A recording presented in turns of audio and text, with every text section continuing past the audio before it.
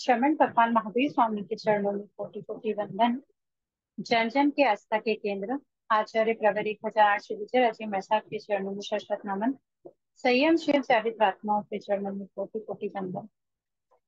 प्रज्ञा जागरण class में आप सभी को सादर जय जिनेन्द्र। क्लास को शुरू करने से पहले ज्ञान सीखने से पहले ज्ञान सीखने का पाठ बोलेंगे।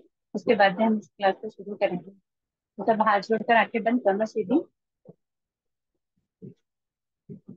जो चलता भाव से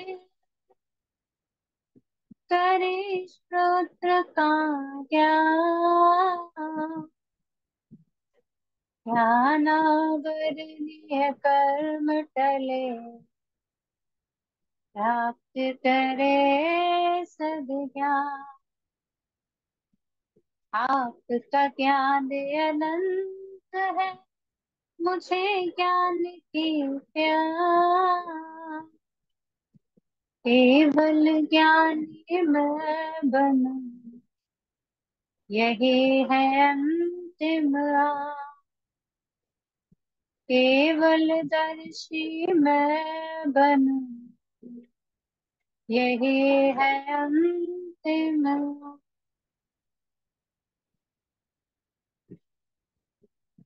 इन्हीं शुभकामनाओं के साथ ये गुरु धर्म गुरु पंथों से गुरुजनों से जो भी जाना है सीखा है वही सब आपके सामने रखने का प्रयास है। सभी को सादर जय जिनेन्द्र।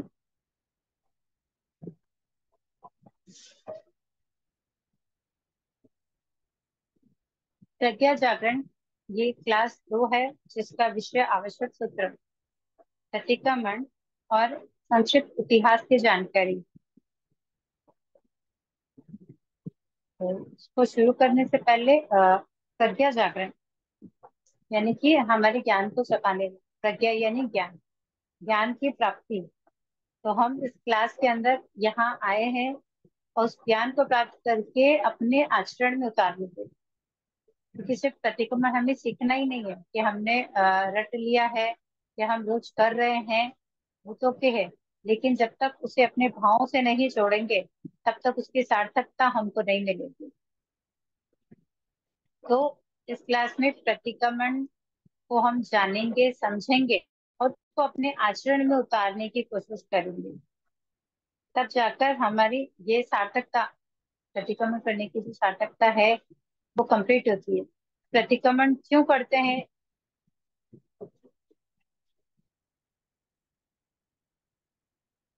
दिन भर में आप लगे लोग रहे अगर पापों से पीछे हटने के लिए। जी, और कोई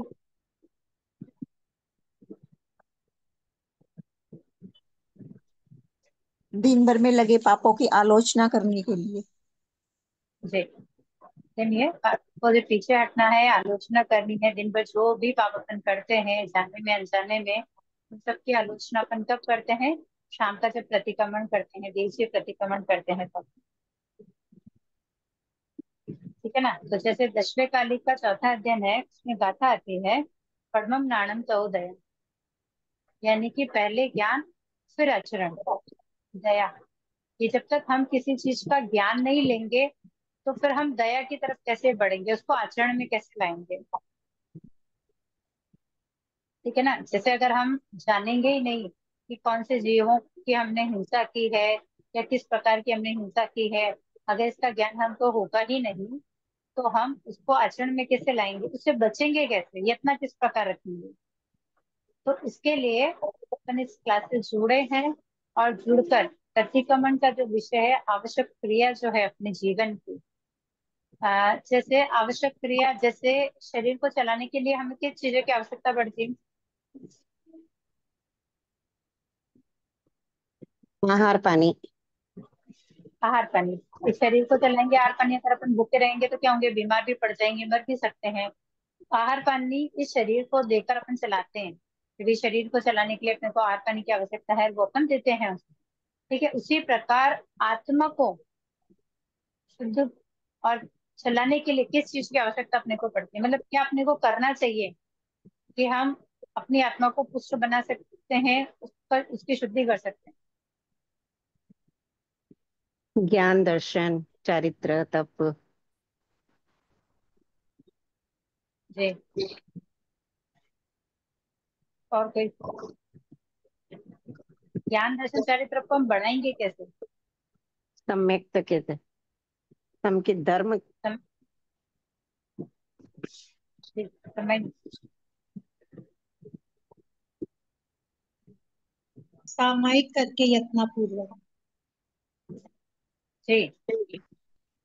दो ऑप्शन, जैसे द्रव्य और भाव हम हर बात पर बोलते हैं ना, हर चीज के लिए। अगर हम सामायिक करते हैं तो कहते हैं द्रव्य और भाव से है, प्रतिक्रमण करते हैं तो द्रव्य और भाव से है।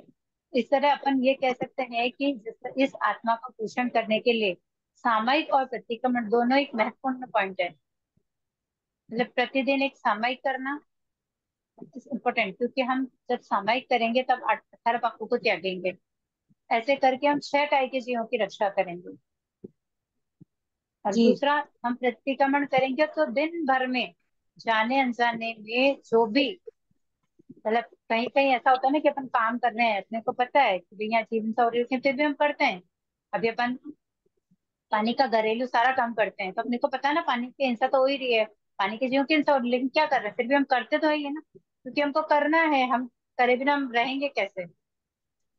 तो वो जो जितने भी कार्य अपन करते हैं, चाहे बहुत जरूरी है, चाहे बहुत सारे काम ऐसे हैं कि अपन नहीं करे तो भी चल रहा है, फिर भी अपन करते हैं, उन सब की जाने अनजाने में हिंसा जो होती है उसकी आलोचना के लिए अपन प्रतिक्रमण करते जी। हैं। Okay sir. तो पहला विषय था अपना सामायिक। मुझे ये बताइए कि सामायिक क्यों की, कैसे की जाए? पहले तो क्यों।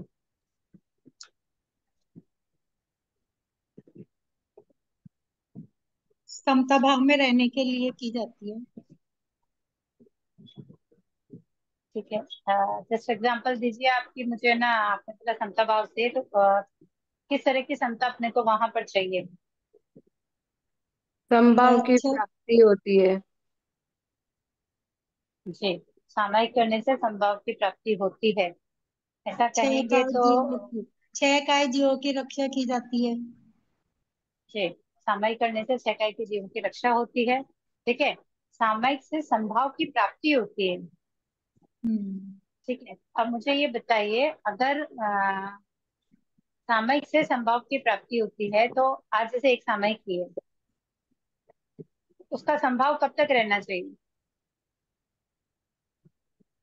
क्योंकि हम तो गृहस्थी है ना, ऐसा तो नहीं कह सकते कि हम दिन भर सामयिक में ही हैं, क्योंकि जो जैसे साधु साध्वी होते हैं वो तो आजीवन सामयिक में ही रहते हैं, तो वो तो संभाव ला सकते हैं। लेकिन हम ये कहते हैं कि सामयिक संभाव की प्राप्ति होती है सामयिक से, तो उस सामयिक को, जैसे एक सामयिक प्रतिदिन का एक नियम है कि एक सामयिक करते हैं, वो जो जी। 48 मिनट हमने निकाले हैं जहाँ 6 काय की चीजों की रक्षा की है, संभव की हाँ। प्राप्ति हमने हुई है, वो संभव की प्राप्ति कितने समय तक रहती है?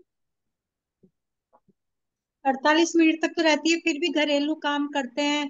तो जैसे पानी में कोई बर्तन रखते हैं तो उसको पानी के अंदर पानी की बाल्टी में नहीं रखकर ऊपर रख देते हैं, बर्तन के जी। ऊपर। तो उससे मतलब 6 काय के जीवों की रक्षा तो होती है ना। उसमें छह पानी काय, की जीवों की रक्षा हो जाती है। पानी के जीवों की, छह काय की पानी कैसे? के, हाँ 6 सॉरी, काय। पानी के अपकाय के हाँ। जीवों की, अपकाय के जीवों की रक्षा हाँ, होती है। बिल्कुल। और और जैसे मकोड़े वगैरह अभी ऐसे मौसम में ज्यादा चींटी वगैरह चलती रहती है, मकोड़े बारिश के मौसम में, हम्म।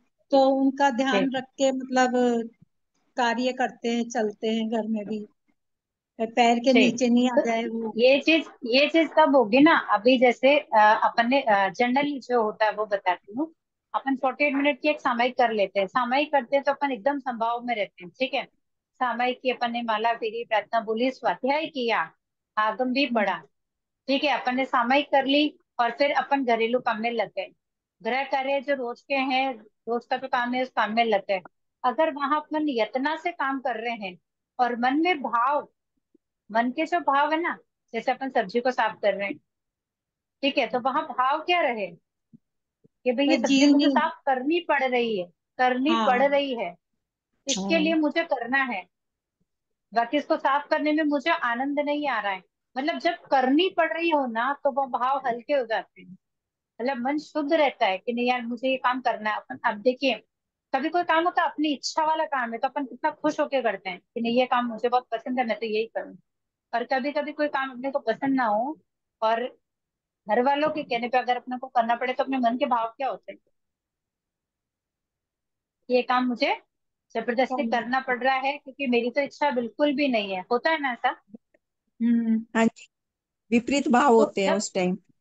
विपरीत भाव होते हैं, तो जब अपन ये समझ रहे हैं कि अपने अनुकूलता प्रतिकूलता वाला विषय अपने को समझ आता है कि मेरे मन को जो भा रहा है उसमें मैं बहुत खुश होकर काम कर रही हूँ, अब चाहे वो अत्यंत जीवों की हिंसा है या नहीं है, ठीक है, लेकिन जो मेरा मन को नहीं भा रहा है, लेकिन अगर वो धर्म का काम भी है लेकिन उसको नहीं कर रहे हैं क्योंकि वो मन को नहीं भा रहा है।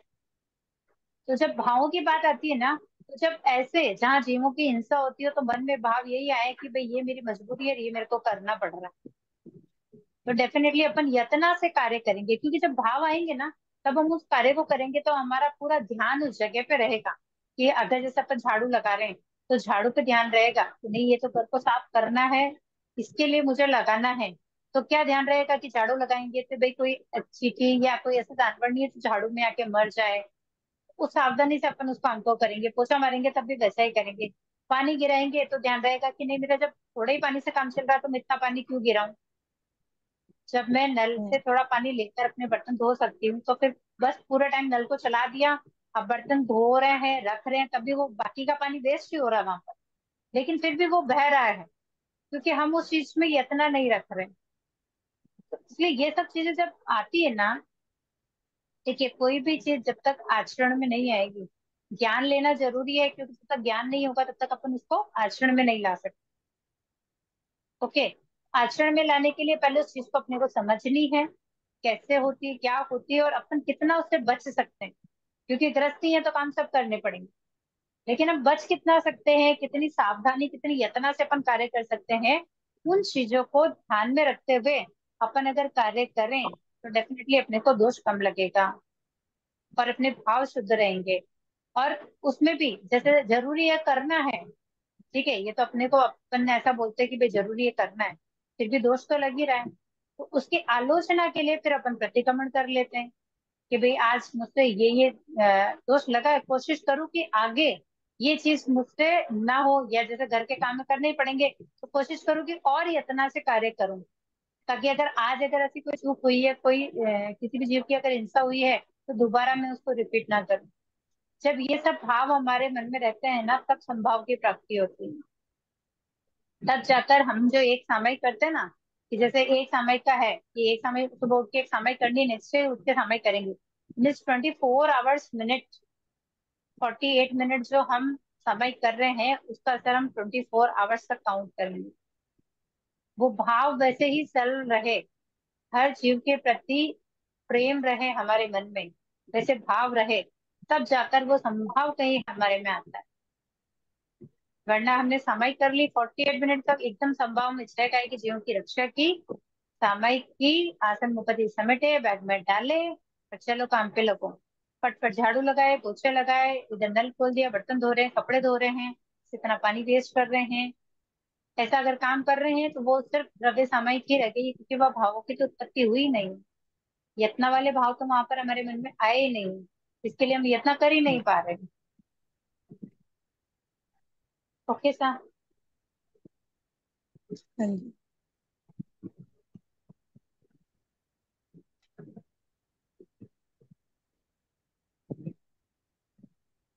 तो सामयिक है क्या?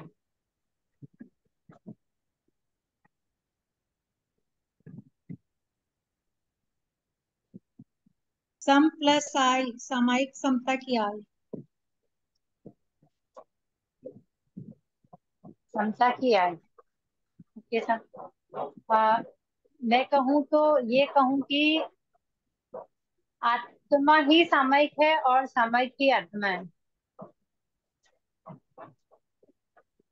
क्योंकि जब तक कोई चीज आत्मा में रमण नहीं करेगी ना तब तक उसका फल कैसा मिलेगा कुछ पता नहीं, कह नहीं सकते।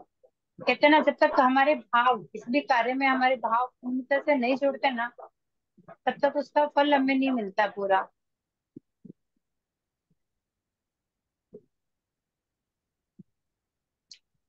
इस प्रकार सामयिक की साधना संभाव को प्राप्त करने के लिए की जाती है। तो हमारा विषय आवश्यक सूत्र है। आवश्यक जो करना जरूरी है। क्यों करना जरूरी है?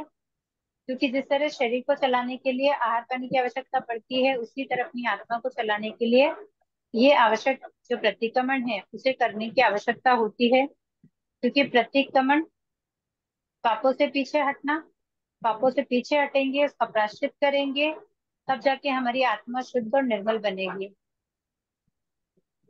तो ये बताइए प्रतिक्रमण के कितने प्रकार बताएंगे? 8। कौन कौन से? रायसी, देवसी, पक्की, चतुर्मासी और संवत्सरी। संवत्सरी। जी। रायसी प्रतिक्रमण यानी सुबह जो किया जाता है, सुबह किया जाता है। ठीक है, मतलब सूर्य उदय होने से पहले वो प्रतिक्रमण कंप्लीट हो जाता है, प्रस्थान कर लिए जाते हैं। ठीक है। देवसी यानी जो शाम को संध्या काल में किया जाता है। जनरली देवसी प्रतिक्रमण तो हम करते ही हैं, ठीक है ना। फिर है पक्की। पक्की। पक्की। पक्की, जो 15 दिन में, अभी जैसे दोनों टाइम प्रतिक्रमण नहीं करते हैं, एक दिन में एक बार भी प्रतिक्रमण नहीं करते हैं, तो कम से कम 15 दिन में एक बार, यानी पक्की पक्की प्रतिक्रमण करें। अगर 15 दिन भी नहीं करते हैं तो फिर चौमासी पक्की करें, जो पूरे 12 4 महीने महीने। में 3 बार आती है। जैसे होली चातुर्मास हम बोलते हैं, ठीक है। जी। अभी ये चातुर्मास जो लगता है अपना, तब बोलते हैं ना चातुर्मासी पक्की है, वहीं से ही अपना चातुर्मास शुरू होता है। और ये हम्म। चातुर्मास जब समाप्ति की ओर जाएगा, तब जो पक्की का प्रतिक्रमण होगा कि भैया चातुर्मास हमारा समाप्त हो रहा है। इस प्रकार ये साल में 3 बार चातुर्मासी पक्की आती है। तो अगर जो रोज 2 टाइम नहीं कर सकते हैं तो वो एक टाइम करें, एक टाइम नहीं कर सकते तो 15 दिन में एक बार पक्के पक्की प्रतिक्रमण करें। वो तब भी नहीं कर सकते हैं तो कम से कम चौमासी चौमासी प्रतिक्रमण करें। अगर वहां भी अगर नहीं कर पा रहे हैं तो लास्ट एंड लास्ट एक संवत्सरी। साल में एक बार संवत्सरी का प्रतिक्रमण तो करना ही चाहिए, पहले से तो बहुत ताकि हम सती है। साल भर में ताकि हम साल भर में कम से कम अपने पापों की आलोचना कर कर जितने भी वैर भाव द्वेष हमारे मन में है उन सबका त्याग वहां कर सके। निखिल का एक है तो दो है। क्या है? या तो प्लीज सब पीछे अपने माइक म्यूट कर लेंगे। हाँ, जब मैं आदोश खायो।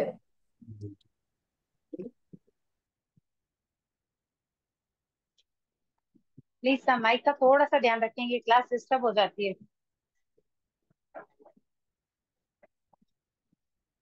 तो आवश्यक सूत्र जो है वो हमारी जैन साधना का प्राण है।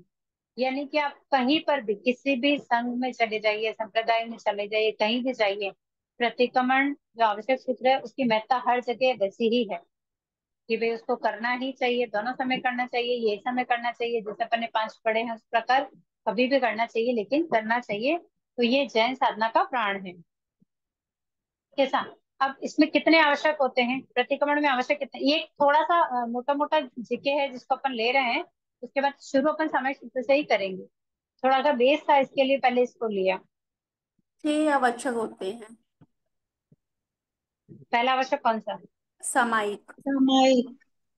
जी, पहला सामयिक, जिसको हमने अभी थोड़ा सा समझा था कि भाई सामयिक करनी है, एक सामयिक करनी चाहिए, उसमें क्या करना चाहिए, उससे क्या प्राप्त होता है। ठीक है। तो सामयिक के संभाव की साधना, संभाव की साधना सामयिक। ठीक है। आत्मा ही सामयिक है और सामयिक ही आत्मा है। फिर दूसरा, चतुष्टय स्थल पर जी, उसमें लोकस्य। लोकस्य का उसमें करना। 24 तीर्थंकरों की स्तुति की जाती है। हाँ। पहले सामयिक की साधना की जाती है यानी कि संभाव की प्राप्ति के लिए। दूसरा आवश्यक जो है उसमें 24 तीर्थंकरों की स्तुति की जाती है। Okay sir. तीसरा है वंदना। वंदना। जो भी गुरु भगवंत है उनको वंदन किया जाता है। तीसरी वंदना, ये वंदना कौन सी है, कौन से पाठ से दी जाती है? इच्छामि। स्वामी इच्छामि समासम खमात्मा जी, में। के पास से। इच्छामि खमासमनों के पाठ से ये वंदना की जाती है। ठीक है। चौथा है प्रतिक्रमण। ये पूरे प्रतिक्रमण मतलब आवश्यक सूत्र जो है, जो प्रतिक्रमण अपन करते हैं, उसका सबसे बड़ा वाला भाग प्रतिक्रमण के नाम से ही है, जो चौथा आवश्यक है। जी इसके अंदर पूरे ही प्रतिक्रमण की, मतलब पूरे ही दिन भर की जितनी भी गतिविधियां हमने की है, अच्छी की बुरी की है, अगर कोई पाप दोष लगा है, उस सब की आलोचना प्रतिक्रमण मतलब पूरे प्रतिक्रमण में की जाती है। पर ये वाला हिस्सा, इसमें सब कुछ है, स्थूल भी आते हैं, अनुव्रत भी आते हैं, भावना भी आती है, सारी चीजें इसके अंदर आती है। तो इसमें दोषों की आलोचना की जाती है। उसके बाद में है पांचवा कायुत सर्ग। सर, इसमें ध्यान किया जाता है। कैसा ध्यान? एक 4 लोगस्य का, कभी पक्षी हो तो 12 8 लोगस्य का, जी, चौमासी के 12 रूटीन में 4 करते हैं, पक्की के 8 करते हैं, चौमासी पक्की के 12 करते हैं, करते हैं, और सर 20 हाँ लोगस्य का, 12 करते हैं, और संवत्सरी का 20 करते हैं। 20 ठीक है ना? करते हैं। तो कायस्थ सर्ग, काया प्लस उत्सर्ग, मतलब काया को अपने से दूर करना, अलग। उसको कायस्थ सर्ग कहते हैं। तब मुझे बताओ, अगर हम कायस्थ सर्ग में बैठे हैं, अगर अपने शरीर को अगर दूर कर देंगे, तो फिर हम कायस्थ सर्ग कर पाएंगे क्या?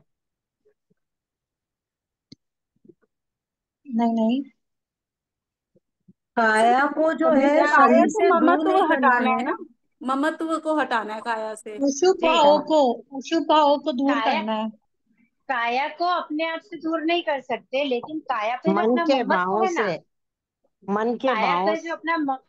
काया पे जो अपना ममत्व है ना, कि भाई अभी जैसे अगर अपन कायस्थ में हैं कि मच्छर खा रहे हैं, या फिर पैर दुख रहा है, बैठने में नहीं आ रहा है, तो वो जो ध्यान जाता है ना, वो अपना ममत्व है, वहाँ आसक्ति है अपनी।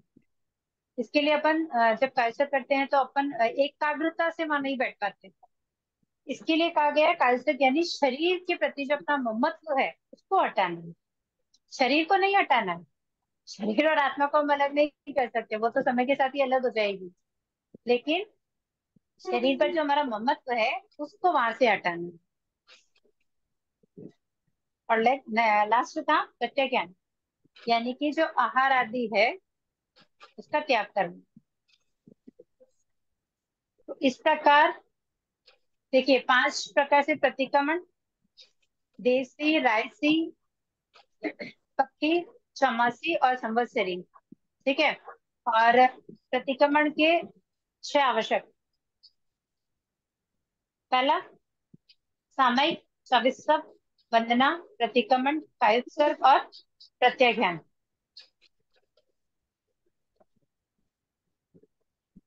ओके सा? तो ये था हमारी क्लास का अच्छा बेस, कि भाई हमें क्या करना है, क्यों करना है। और आज की क्लास में आप लोगों का एक रिवीजन बेस ही है आज का पूरा। तो आज हम करने वाले हैं नमस्कार सूत्र, क्योंकि प्रतिक्रमण करना है, लेकिन सामयिक सूत्र भी हमारे सिलेबस का हिस्सा है। तो पहले सामयिक करेंगे, फिर प्रतिक्रमण की तरफ आगे बढ़ेंगे। तो पहले हम पढ़ रहे हैं नवकार मंत्र। सबको आता है? जी आंसर कीजिए सर, आज आंसर करने का टाइम है, एक रिवीजन हाँ बेस जी। ले रहे हैं सिर्फ। जी, तो मैं आप अर्थ पूछूंगी, मैं जो क्वेश्चन पूछूं उसका आंसर फटाफट से करेंगे, तो अपन आगे चलेंगे। लेकिन प्लीज, पीछे जिनके बैकग्राउंड साउंड आ रही है, वो प्लीज बंद कर लेंगे, जब आंसर करेंगे तब खोलेंगे, क्योंकि बाकी लोग डिस्टर्ब नहीं होंगे। तो एक बार उच्चारण देख लेते हैं।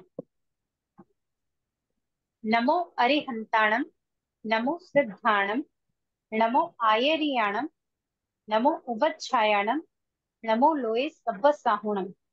ऐसो पंच नमक्कारो सब्ब पावपणासणो मंगला णम च सव्वेसिम पद्मम हवै मंगलम। नमो अरिहंताणम का मतलब, अरिहंत अरियंतों भगवान को को नमस्कार नमस्कार हो। करना, अरे नमो सिद्धानम, सिद्ध सिद्धों को भगवान को नमस्कार करना, नमस्कार हो। नमो वच्छायानम, आचार्य भगवंतों को आचार्य आचार्य नमस्कार। भगवान को नमस्कार। उपाध्यायों को वी नमस्कार। उपाध्याय को। जी वी रिक्वेस्ट, मैं रिवीजन बेस्ड ले रही हूँ लाइन से, तो मैं बुक से वैसे ही करवा दूंगी। रिवीजन बेस्ड ले रही हूँ, प्लीज आप मेरे क्वेश्चन को सुनेंगे फिर आंसर करेंगे। नमो आयरियाणम। आचार्य आचार्यों को, भगवंतों आचार्य महाराज नमस्कार को, हो। नमो वज्रायणम। उपाध्यायों को। उपाध्याय जी को नमस्कार हो। नमो लोए। लोक में रहे हुए सब्ब साहुणम। सभी सभी साधु साथियों को, भगवंतों साथियों को, को। ऐसो पंच नमस्कारो। ऐसे 5 पदों को इस मेरा प्रकार नमस्कार। पांच नमस्कार को हो। किया हुआ। 5 सब्ब परमेष्ठियों को मेरा पव नमस्कार। सब्ब पव पणासनो। सब सब पापों को पापों को सब नाश पापों करने को वाले नाश करने वाला है। मंगलाणं च सव्वेसिम। सबसे मंगलों में प्रथम मंगल है। प्रथम मंगल है। परमम हवाई मंगलम है तो प्रथम मंगल है। है। ऐसे उल्टे पुल्टे बोलोगे तो क्वेश्चन में भी उल्टे पुल्टे हो जाएंगे। अच्छा बताइए, अरिहंत किसे कहते हैं? एक एक करके आंसर करेंगे तो जो अच्छा रहेगा। जिन्होंने अपने 4 घाती कर्मों को क्षय कर लिया है और केवल ज्ञान केवल दर्शन को प्राप्त कर लिया है। नहीं। और जिन्होंने अपने आंतरिक शत्रुओं का नाश कर दिया है। और बोली सब, अरि बहुत यानी, सारे लोगों को बहुत अरि सारी यानी चीजें आती है, अलग शत्रु। अलग पॉइंट्स इकट्ठा करेंगे ना तो बहुत कुछ नया मिलेगा हमें इसके अरि अंदर। अरि जो यानी राग शत्रु, द्वेष को हिंसानम जीतते यानी हैं। नाश करने वाला। जिन्होंने यस। 4 घाती कर्मों का नाश कर दिया है और राग इसमें द्वेष का जीत पे राग जीता है। द्वेष हाँ, की विजेता वीतरागी ये भगवान। जिन्होंने तीर्थ की स्थापना की है यस। वो अरिहंत कहलाते हैं। ओके, तीर्थ कौन से हैं? साधु साध्वी साधु श्रावक। श्राविका, इनको साधु बनाने साध्वी वाले को, श्राविका, इनको बनाने जो तीर्थ है उसको बनाने वालों को क्या बोलते हैं? तीर्थंकर। तीर्थंकर।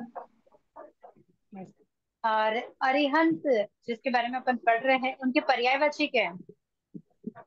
अरिहंत का पर्यायवाची जिन सर्वज्ञ, सर्वज्ञ जिन, जिनेंद्र, वीतरागी, वीरमान अरिहंत, अरुहंत, अजुहन अरहत।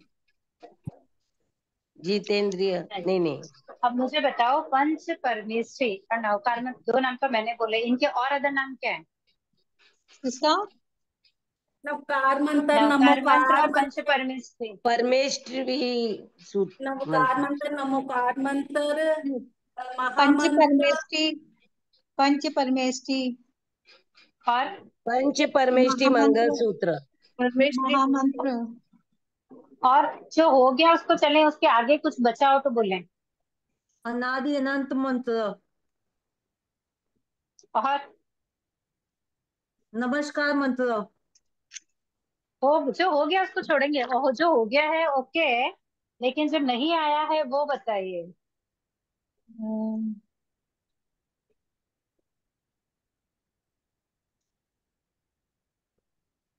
एक ऐसी या उषा, शॉर्ट नेम जी, सी आ ऊ सा नमः। उषा। ओके था, जितने भी आप लोगों ने बोले सब राइट था, ये लास्ट वाला था जो लास्ट में जिन्होंने भी बोला था। मैंने बोला। तो अरिहंत का क्लियर हो गया सबको? हाँ जी। ओके, तो मुझे ये बताइए कि जो अरिहंत पद है उसमें अक्षर कितने होते 35 अक्षर। 9 अक्षर, 9। और अरिहंत में सॉरी नमो 9। संतानंद में 9 होते हैं। हैं? सात और कोई? होते हैं। नहीं, 7 होते हैं ना, सात। 7 ही, ओके, 7 अक्षर होते नमो, हैं। नमो अरिहंताणम में 7 अक्षर होते हैं। ओके सा, जिनको भी हाँ, डाउट है प्लीज क्लियर कर लेंगे। ओके, ये मैं ऐसे इसलिए करवा रही हूँ सर क्योंकि ये एकदम नॉर्मली है, जनरली हम तो स्वाध्याय बेस पर बैठे हैं यहाँ पर, तो ये सबको आते हैं। पर चूंकि आज पहली क्लास है तो क्या एक रिवीजन हो जाएगा, फिर आगे चलेंगे तो अच्छा रहेगा, इसके लिए ये सब मैं करवा रही हूँ आज। और अरियन के गुण कितने होते हैं? अरिहंत के 12 12।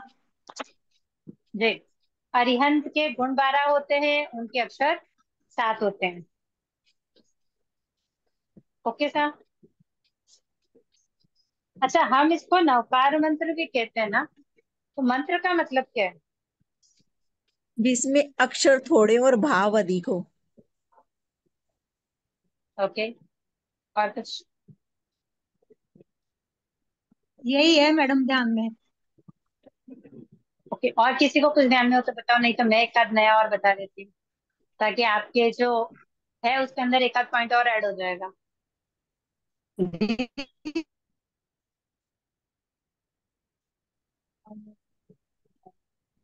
सॉरी सर, अगर आपने कुछ बोला तो आपकी आवाज नहीं आई है ना।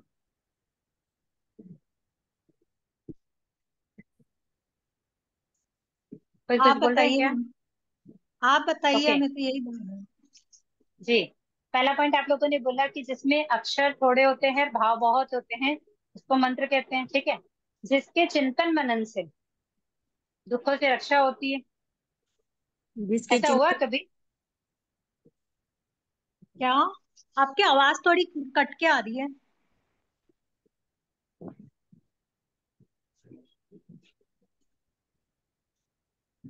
मैंने पूछा मंत्र किसे कहते हैं, तो जिसमें अक्षर थोड़े और भाव ज्यादा होते हैं।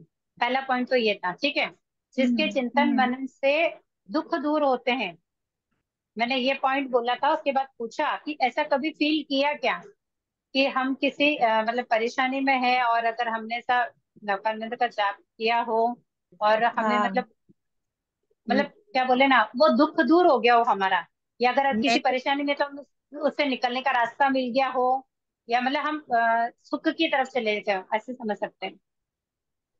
मैंने अपने, जब मुझे कोई फिजिकली दिक्कत होती है, यानी बीमार होती हूँ मैं, तब मैंने रियलाइज किया, क्योंकि मैं लेटी लेटी नवकार मंत्र पढ़ती रहती हूँ, उससे मेरे को नींद आ जाती है और फिर मेरे को वेदना में रिलैक्स होता है।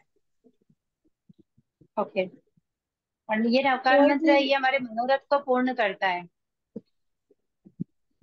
ठीक है। कोई भी कैसे जीवन में मनोरथ? दुख की घड़ी आती है, कोई भी जीवन में दुख की घड़ी आती है, तो नवकार मंत्र का जाप करने से मन हल्का हो जाता है। तो सिर्फ दुख की घड़ी आएगी तभी नवकार मंत्र गिनेंगे हम, ऐसा? हाँ, नहीं नहीं, हल्का हो जाता है और अपना जो मनोरथ पूरा होता है वो पूरा हो जाता है, जिसके लिए ये है। ओके, मतलब ऐसा है, ऐसा कि नवकार मंत्र वो है जिसे हर समय हर पल अपने को गिनते ही रहना चाहिए, गिनते क्योंकि रहना ये आप चाहिए। सब जानते ही हो कि आयुष्य बंध का कोई समय नहीं होता है, कभी भी हम्म। किसी भी समय आयुष्य बंध हो जाता है। तो जब हम नवकार मंत्र गिनते रहे, हमारे भाव वहां रहे, और उस समय अगर हमारे आयुष्य का बंध हो, तो डेफिनेटली अपने को अच्छी गति ही प्राप्त होगी। तो इसके लिए हर समय ऐसा नहीं है। मैंने ये कारण चिंतन मनन का कारण इसलिए पूछा था कि अक्सर जब हम किसी परेशानी में होते हैं, जैसे अभी बोला असत वेदना कर्म आता है, तब अपने को अक्सर यही चीज याद आती है। तब हम उसको मतलब या तो हम शायद बोलेंगे ही नहीं, बोल के क्या है, सुबह उठते तो बोलते हैं, सोते तो बोल जाते हैं, खाना खाते तो बोल लेते हैं, इससे ज्यादा हमें याद नहीं रहता है, हम काम में इतना बिजी होते हैं कि बोलते ही नहीं, बराबर। यहाँ पर कितने लोग ऐसे हैं जो एनी टाइम नवकार मंत्र गिनते रहते हैं? मैं गिनती रहती हूँ, नहीं खाना का। बनाते हुए, कोई भी काम करते हुए, मतलब मैं गिनती रहती हूँ। ओके, और कोई? जी नहीं, एक सामायिक के समय मैं माला भी फेरते हैं। मैं भी अच्छा, गिनती रहती हूँ। जो है ना कंप्लीटली बोल रहे हैं कि भाई हम कभी भी गिनते रह सकते हैं, प्लीज एक एक बार अपना नाम भी बता देंगे साथ में, थोड़ा सा ध्यान में रहे मुझे। रेणु चौधरी, कहाँ से हैं आप? उदयपुर से। रेणु जी चौधरी, उदयपुर से, ओके। और वर्डिया किसने बोले वर्डिया थे कि मिसेज भाई? वर्डिया, मैसेज मैं मिसेज वर्डिया हूँ, लेकिन चौधरी पहले से सरनेम चौधरी लगा रही थी, इसलिए चौधरी बोलती हूँ, बाकी मैं मिसेज वर्डिया हूँ। जी, और जिन्होंने और बोला कि हम पूरे टाइम नवकार मंत्र गिनते हैं, जिन्होंने फर्स्ट बोला था, प्लीज अपना नाम बता देंगे एक बार? सुमन जैन, दिल्ली से। ओके सर, बहुत बहुत आभार सर, बहुत खूब खूब अनुमोदना, क्योंकि नवकार मंत्र वो है अतिका जी बोहरा, खूब खूब अनुमोदना अतिका जी। ये वो है जो हमें हमारे कर्म बंधों की निर्जरा करता है। जो कर्म बंध हम कर रहे हैं, जैसे घर का कार्य मैंने कहा था, वो एक जरूरी कार्य है जो हम करते ही हैं और अपने को करने ही पड़ते हैं। ठीक है। लेकिन नवकार मंत्र के जाप से जो हम कर्म बंध कर रहे हैं, वो बहुत ही क्या बोलते हैं ना, सरल भाव से बनते हैं, तो वापस सरल भाव से अपन उनको भोग भी सकते हैं। और अगर उसी में रमण करते हुए अगर अपन करते हैं, तो कहीं कहीं ऐसा भी हो सकता है कि हम बहुत ज्यादा खुश हो लें या बहुत ज्यादा किसी चीज की हिंसा करके प्रसन्न हो जाए, तो निकाचित कर्म का बंध भी वहां हो जाता है। इसके लिए अपने भावों को सरल रखेंगे। रखने के लिए नवकार मंत्र का आप जितना करेंगे, डेफिनेटली किसी भी समय आयुष्य का बंध हो सकता है। अगर हम धर्म की प्रवृत्ति करते हुए अगर आयुष्य का बंध होता है, तो डेफिनेटली देवगति की तरफ हम जा सकते हैं। इसके लिए इस नवकार मैंने मंत्र में कि भी। हाँ सर। एक्चुअल में मैंने ना 10 साल में ना 1.25 लाख माला जपी थी नवकार मंत्र की। Okay sir. तो उससे आपने वो ये कोई। मेरे मतलब बिल्कुल फिट हुआ है अब। वो मैंने जी। काउंट अब करके मुझे जपी थी। वो ठीक है, वो आपने कोई ऐसा चीज किया होगा कि भाई मेरे को इतनी करनी है, तो आपने किया होगा और उतने समय आपकी आदत में आ गया वो। बट हेलो, प्लीज पीछे पीछे बैकग्राउंड साउंड बंद कर लीजिए सा।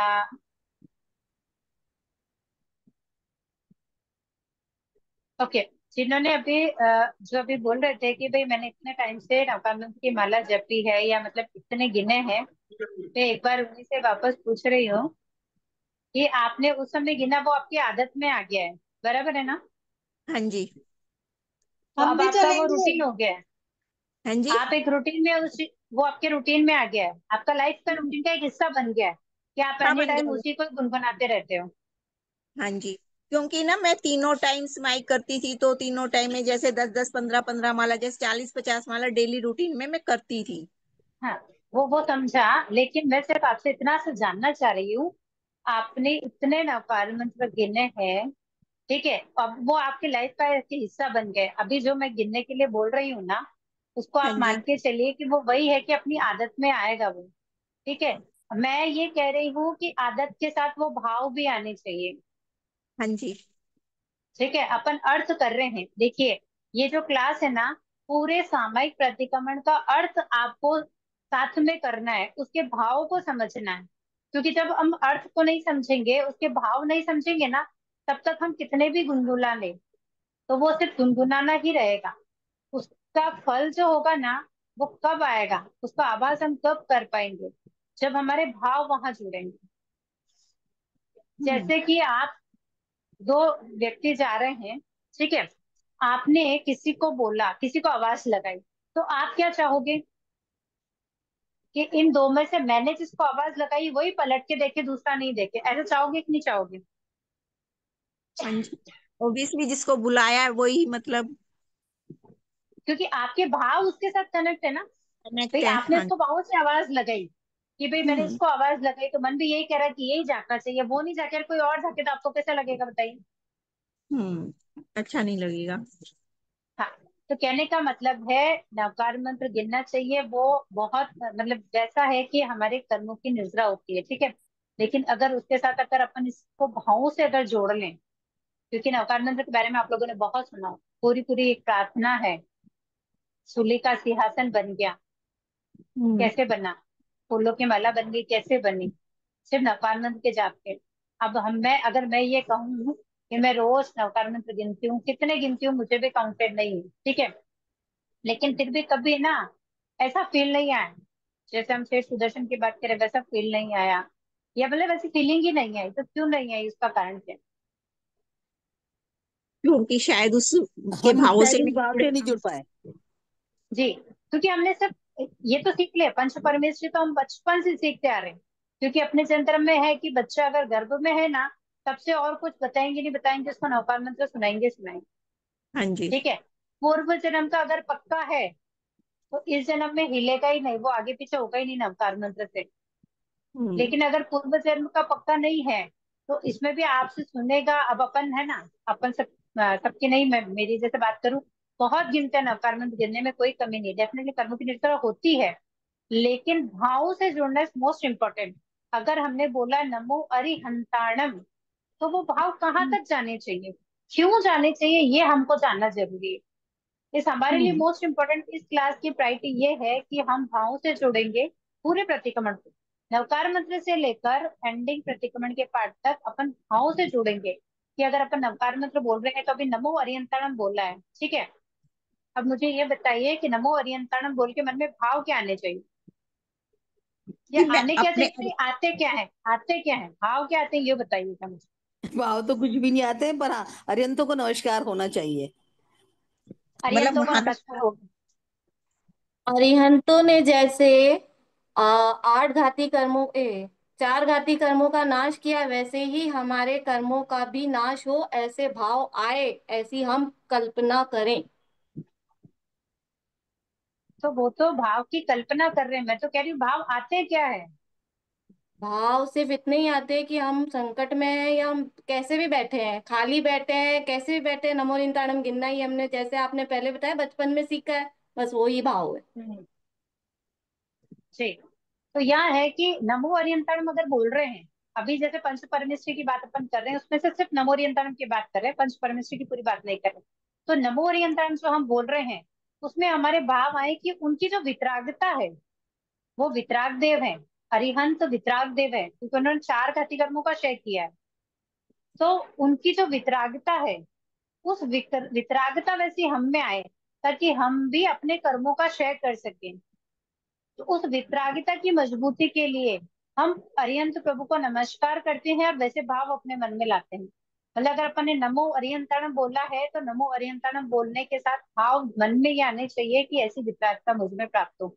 नमो अरिहंताणम जबान बोल रहा है, लेकिन मन में भाव आ रहे हैं कि उनमें जो वितरागिता थी वो मुझको भी प्राप्त हो। हम्म, जब ऐसे भाव आएंगे ना, तब जाके अपन इनसे जुड़ पाएंगे। नहीं तो ये सिर्फ द्रव्य से या कह दो वचन से अपना उच्चारण ही है वहां पर। अच्छा बताइए, नमो सिद्धाणम, सिद्ध भगवान को जब आप नमस्कार कर रहे हो तो भाव क्या आते हैं।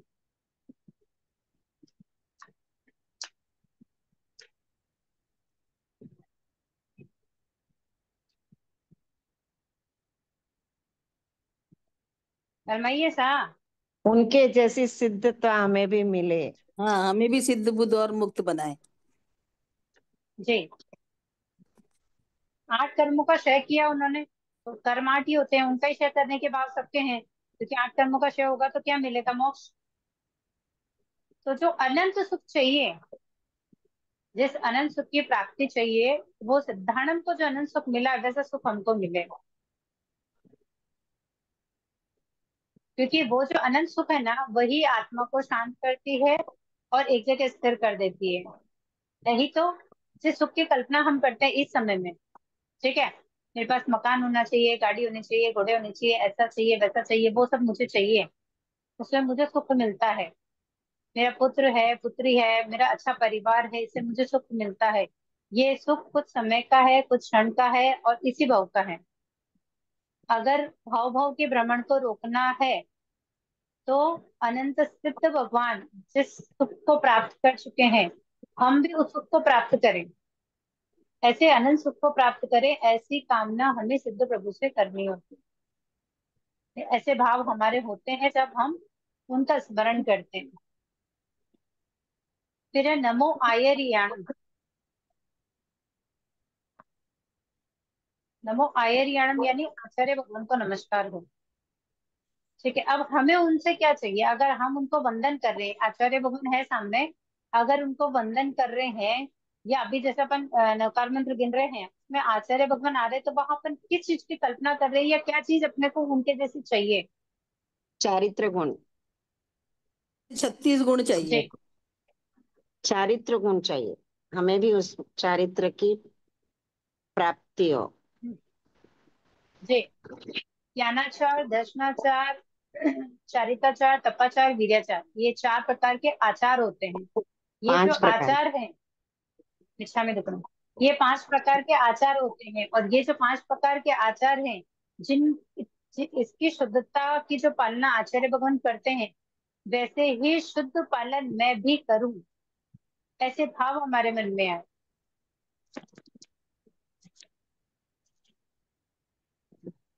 शुद्ध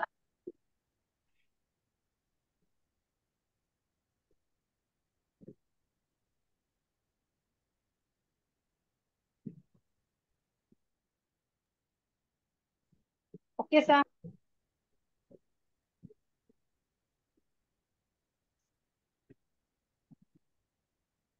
मेरी आवाज आ रही है ना?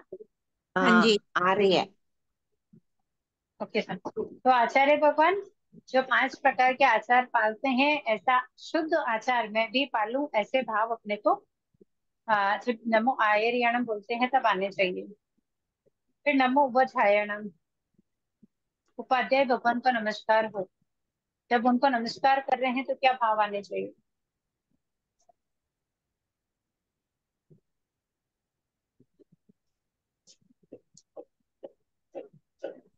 उपाध्याय भगवान क्या करते हैं, उनकी डेफिनेशंस क्या पढ़ी हमने अब तक?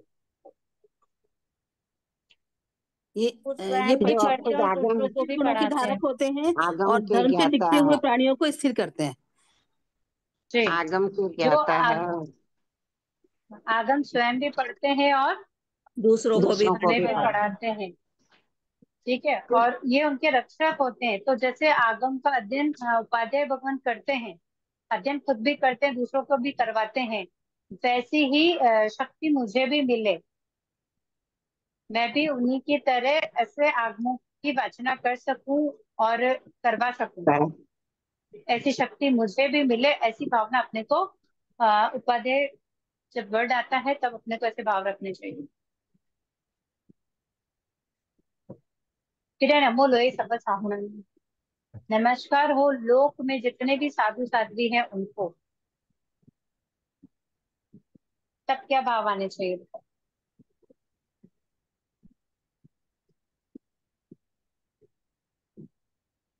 उन्हीं की तरह पंचमावर्त पाले।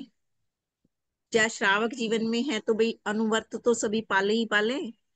और जी, चेष्टा। 5 महाव्रत नहीं पाल सकते तो हम 12 व्रत तो धारण करें। उन्हीं की तरह ज्ञान दर्शन चारित्र की आराधना कर सकते हैं। वो जीवों को अभयदान देते हैं, उन्होंने आजीवन सामयिक लेकर नवव्रत धारण किया है, वो जीवों को एनी टाइम अभयदान देते हैं। तो हम दिन भर में कुछ समय तो जीवों को अभयदान दे सकते हैं, इच्छा के जीवों की रक्षा कर सकते हैं। और जितने संभाव उनके जीवन में आते हैं, आते ही नहीं आते, उत्सर्ग और परिचय सहन करते नहीं करते गुरु भगवान?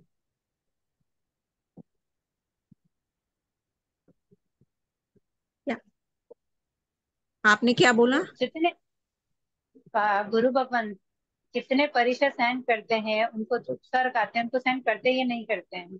करते हैं। 22 परिसर। करते हैं। जी, बाईस समभाव से परिसर सहन आते करते हैं, हैं। उनको संभाव से सहन करते हैं। तो हमारी लाइफ में जो थोड़े थोड़े आ जाते हैं ना, थोड़े थोड़े उत्सर्ग, क्या कहेंगे, छोटे छोटे कष्ट, हम्म। क्योंकि उनके जो परिचय उपसर्ग है उनके सामने हमारा दर्द दुख क्या है, ये बताइए? हम बहुत कहते हैं सूक्ष्म हमारे है, ये दुख रहा है या बहुत हमारे ये सूक्ष्म है, क्या है, बहुत बहुत सूक्ष्म है। सूक्ष्म। ठीक है ना? तो अगर कभी देखिए, कह सकती हूँ कितना अपन पालन करते हैं मुझे भी नहीं पता, कि उतना तो मैं भी नहीं करती हूँ, लेकिन एक भाव है, बता देती हूँ कि जैसे कोई तकलीफ हुई है, जैसे मेरा सिर बहुत दुख रहा है, ओके, इतना दर्द हो रहा है कि सहन नहीं हो रहा है। ठीक है, तो अगर मन में ये भाव आए कि भाई मेरा सर दर्द हो रहा है, अभी घर वालों को बोलूंगी तो मुझे तुरंत हॉस्पिटल ले जाएंगे, दवाई दिला देंगे, मैं टैबलेट ले लेती हूँ, मेरा सर दर्द ठीक हो जाएगा। ठीक है, लेकिन अगर ये विचार आया कि मेरा सिर दुख रहा है, मैं तो इतना कुछ कर सकती हूँ, ठीक है, मेरा तो परिवार अभी तुरंत ही तुरंत मुझे लेके जाएगा, डॉक्टर को दिखा देगा, सब कुछ कर लेगा। लेकिन अगर गुरु भगवंतों को अगर अचानक से ऐसी तकलीफ हो जाए, उस समय वो क्या करते होंगे? सिर्फ सहन करने के अलावा क्या ऑप्शन होता होगा उनके पास, बताइए? हैं। सहन करने के अलावा कोई ऑप्शन नहीं होता है। जी, क्योंकि वो सहन करते हैं, क्योंकि उनको पता है उनको कर्मों की निर्जरा करनी है, ऑप्शन उनको चाहिए नहीं होता है ना, हम्म। उनको ऑप्शन चाहिए ही नहीं। उनको तो सहन करना है कि भाई उपसर्ग और परिचय आए हैं, उनको सहन करेंगे तो कर्मों की निर्जरा होगी, और जितनी शुद्धता से कर्मों की निर्जरा करेंगे, उतने ही जल्दी इस जीवन से, इस जन्म मरण से मुक्ति को प्राप्त करेंगे। तो हम ग्रहण नहीं किया, लेकिन हम श्रावक श्राविकाएं हैं, अच्छे श्रावक श्राविकाएं हैं। और अगर अच्छे श्रावक श्राविकाएं बनना है, तो जब जब भी अपने को किसी प्रकार का कष्ट होता है, तो उसकी तुलना अगर गुरु भगवंतों से अगर करें कि भाई आज मुझे ये तकलीफ हो रही है, तो अगर सोचो कि अगर हमारे से इस समय इस तकलीफ से गुजर रहे होते तो क्या करते, तो क्या कर सकते थे, उनके साथ क्या होता। अगर ऐसा विचार करें ना, तो आप मानिए कि अपनी प्रॉब्लम बहुत कम सी नजर आएगी। अच्छा मुझे बात बताइए, अपन किसी एक हॉस्पिटल में गए अपन, चलिए कैंसर हॉस्पिटल में गए अपन, ठीक है। वहां पर ऐसे ऐसे मरीज देखने को मिलते हैं, जैसे मुझे बहुत तकलीफ है, मेरा बैक पेन होता है, पैर दुखते हैं, सर दुखता है, माइग्रेन है, सब कुछ है मुझे, ठीक है। लेकिन फिर कहते मेरे को इतनी तकलीफ है, इतनी तकलीफ है, दिन भर वही रोना कि मेरा ये दुख रहा, वो दुख रहा, वो दुख रहा, ठीक है। एक दिन हॉस्पिटल में गई, कैंसर हॉस्पिटल में गई, वहां के लोगों को देखा, ठीक है, उनकी जो वेदना देखी ना, तो सोचो कि अपनी वेदना क्या है उसका एहसास वहां हो जाता है। होता है नहीं होता, कभी अनुभव किया कैसा? होता है। हाँ किया। हॉस्पिटल में आईसीयू में जब देखते हैं दूसरे मरीजों को, तो अपनी तो सारी बीमारी भूल जाते हैं। जी, मतलब अगर किसी भी कारण से अपने छोटा मोटा कुछ भी है, अगर अपन हॉस्पिटल एडमिट भी हो जाते हैं, लेकिन अपने पास में अगर कोई बड़ी बीमारी वाला हो, उसको देख के क्या कहते हैं, यार क्या जिंदगी है, अपना तो कुछ नहीं, पेट दुखा तो अपन हॉस्पिटल में आके एडमिट हो गए, लेकिन इसको देखो क्या जिंदगी है, डॉक्टर कह रहा कुछ पता नहीं है, कितने टाइम है, क्या है, कुछ नहीं है, तो अपन इतना सा सहन नहीं कर सकते? मतलब उसको देख के अपने में वो संभाव आता है क्या? आता है। अच्छा। जी। तो बस वही तरीका है, वही एक चीज है जिसको अपन अगर अपने जीवन में किसी भी प्रकार का, चाहे दुख हो, कष्ट हो, असतः वेदनीय हो, उसको अगर अपन ऐसे अगर तुलना करें ना, तो आप मान के चलो अपने अंदर वो संभाव अपने आप से आता है। मतलब वो दृढ़ता आती है अपने अंदर। जो इस समय में अपन ये कहें कि भाई अभी थोड़ा दुख रहा है तो परेशान हो जाते हैं, अगर ऐसा विचार करेंगे ना, तो अपने में वो दृढ़ता आती है, अपन उसमें संभाव रख सकते हैं। क्योंकि मन में ये विचार आ जाता है कि मेरा इतना दुख रहा है, पता नहीं देखो साधु संतों को कितना दुखता होगा। अभी जैसे जस्ट एक एग्जाम्पल के लिए, इजी वाला एग्जाम्पल, कि साधु संत विहार करते हैं, ठीक है, सुबह भी करते हैं, दोपहर का टाइम भी कई बार ऐसा होता है कि जब विहार करते हैं तो धूप बहुत तेज होता है, क्योंकि विहार तो सारे गर्मी में होते हैं, बारिश में तो उनका एक ही जगह ठहराव होता है। तब सोचो कि कितनी धूप में भी वो बिना चप्पल ही चलते हैं ना, उनके पैर नहीं चलते हैं क्या? जलते हैं। उनका भी तो सर तपता ही होगा, उनके भी तो पैर जलते होंगे। तो अपन तो अपने को तो देखो, अपन गृहस्थी हैं, अगर बहुत ज्यादा गर्मी पड़ रही है तो अपन क्या करते हैं, घर में ही रहते हैं, कि जाने तो शाम को एकदम ठंडक होगी तब निकलेंगे, तब मार्केट का काम कर लेंगे, करते नहीं करते? हाँ जी, करते हैं। और ऐसा ही बहुत करते बहुत ही जरूरी इमरजेंसी होती है तो कि नहीं यार अब क्या करें, यार धूप तो है लेकिन क्या करें, मजबूरी है, वहां जाना ही पड़ेगा, तो अपन घर के बाहर निकलते हैं, ठीक है। फिर सोचते हैं यार इतनी गर्मी है, कहाँ साधु साधुओं को जाएंगे, इतनी धूप में परेशान हो जाएंगे, जान तो नहीं जाते हैं। तो कई बार ऐसा होता है, क्योंकि देखो जिन क्षेत्रों में 4 महीने चतुर्मास नहीं होते हैं, वहां विचरते हुए साधु संत बहुत मिलते हैं। लेकिन उस समय क्या होता है, बस वही है कि धूप बहुत तेज है, अभी निकलेंगे, जाने तो बहुत तेज धूप है, कौन जाए, अभी तो नींद का टाइम है, सो जाओ, बाद में देखेंगे, तो वो बात कभी आता ही नहीं है, और गुरु भगवंतों के दर्शन भी हमसे वंचित रह जाते हैं। तो सिर्फ अपनी अपनी जब भी कोई भी ऐसी परिस्थिति आए ना, साधु संतों को लेकर अगर अपन अपनी तुलना कर सकते हैं एक बार कि भाई हम ऐसा कर रहे हैं तो वो क्या कर रहे होंगे, तो शायद हम में संभाव कहीं ना कहीं थोड़ा सा जागृत हो, और हम उस चीज में संभाव रख सकें। ये मेरा अनुभव था, इसलिए मैंने आपसे शेयर किया। चलिए, आचार्य जी हो गए, उपाध्याय जी हो गए, साधु साध भी हो गए, मुझे अब ये बताइए कि इनके गुण जो होते हैं, अरियंतों के तो 12 थे, सिद्धों के कितने हैं? 8, आचार्य के? 36, हैं। उपाध्याय के? 27। 25, 27, 25, 27, 25। 25, क्या हो गया, 25, 25 कंफ्यूज है, क्यों हो रहे हो? 25, उपाध्याय के 25 होते हैं, साधु साध्वी के 25, 27। 27। हाँ। Okay sir. अब इसके अंदर अगर किसी को भी कुछ रहे कि नहीं, यहाँ होगा ऐसा बिल्कुल। क्वेश्चन है या कुछ है तो पूछ लीजिए ना। हाँ, इसमें अगर किसी को भी कुछ भी कोई भी सवाल है किसी का, तो पूछ लेंगे, नहीं तो अगला एक पार्ट और करेंगे फिलहाल इसके अंदर।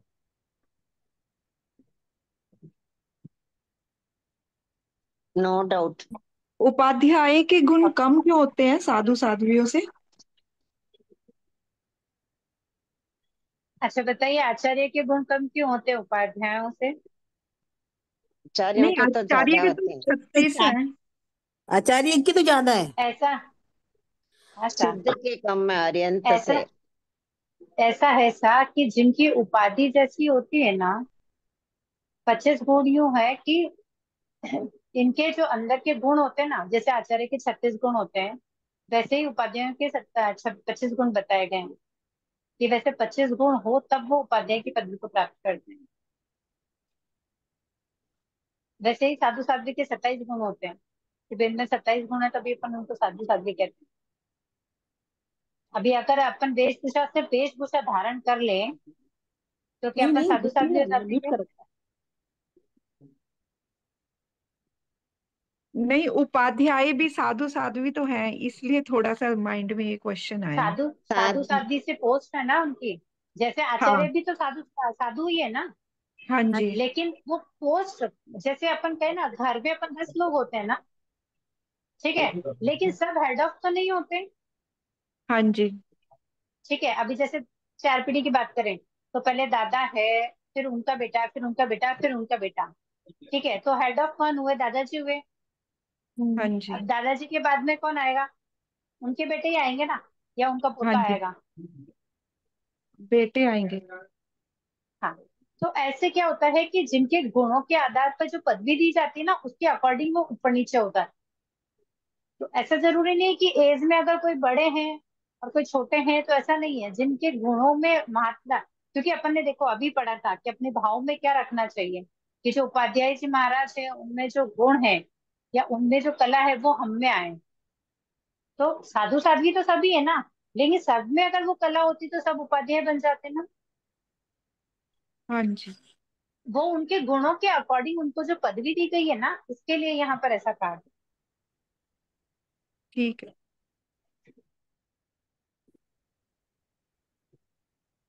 ओके सर, और कुछ? अच्छा, 2-3 जीके के क्वेश्चन। कितने पद हैं? 5 पद है, उसमें से देव कितने और गुरु कितने? दो देव देव दो पद 3 है गुरु। और 3 गुरु के। ओके, कितने पद है जो नींद लेते हैं? 3 ठीक। आचार्य उपाध्याय और पद साधु। 3 पद नींद लेते हैं, 2 नहीं लेते। ओके, कितने पद है जो बोलते हैं पर हंसते नहीं है? अरियंत। अरिहंत नहीं एक ही होगा, एक उपाध्याय। और 2। उपाध्याय जी। बोलते हैं पर हंसते नहीं है। बोलते हैं पर हंसते नहीं। सिर्फ तो अरियंत। अरिहंत ही होंगे ना सिर्फ। हरिहंत। अरियन हरिहंत। सिद्ध।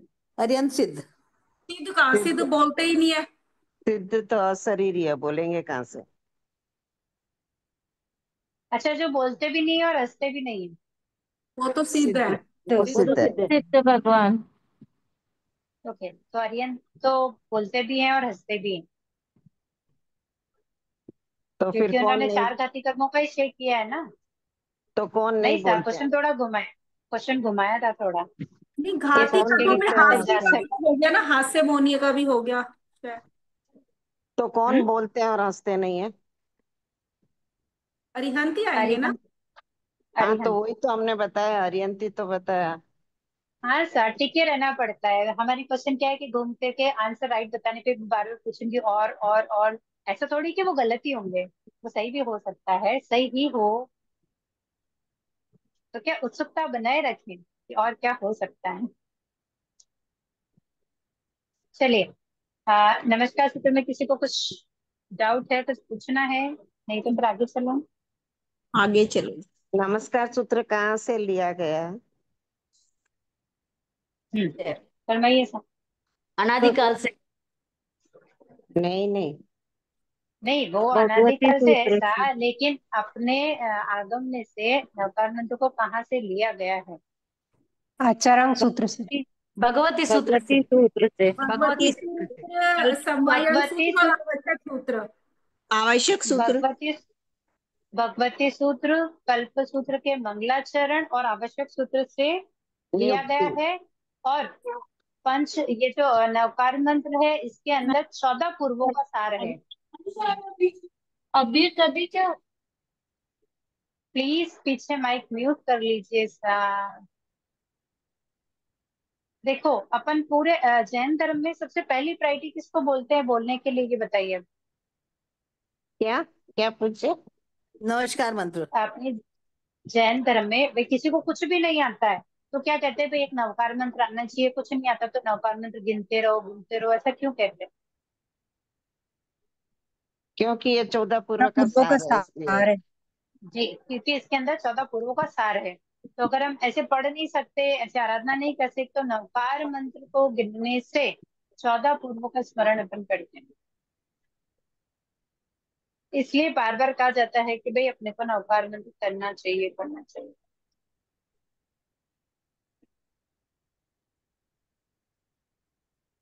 आइए एक लास्ट क्वेश्चन। आप लोगों का कोई क्वेश्चन है तो आप फरमाइए, नहीं तो फिर एक लास्ट क्वेश्चन में पूछते हैं इसमें से आप। ये आपने मंत्र की जो डेफिनेशन बोली थी ना, वो जरा मैं लिख लूं, बता दीजिएगा। मैं भेज देती हूँ सर। ठीक है सर। ठीक है ना, मैं भेज दूंगी। और एक इसी क्वेश्चन का एक डाउट है। अब जी। कहीं कहीं सुनने में आया कि उल्टा नौकार मंत्र गिन सकते हैं, ये कोई उचित है? नहीं, ये इसका ना लॉजिक थोड़ा डिफरेंट है सर। कभी कभी आपकी जैसे अब मुझे एक बात बताइए, हम काउंटिंग करते हैं ना, हम्म। काउंटिंग करते हैं तो 1 to 100 ही करते हैं ना, 100 to 1 हाँ। करते हैं क्या?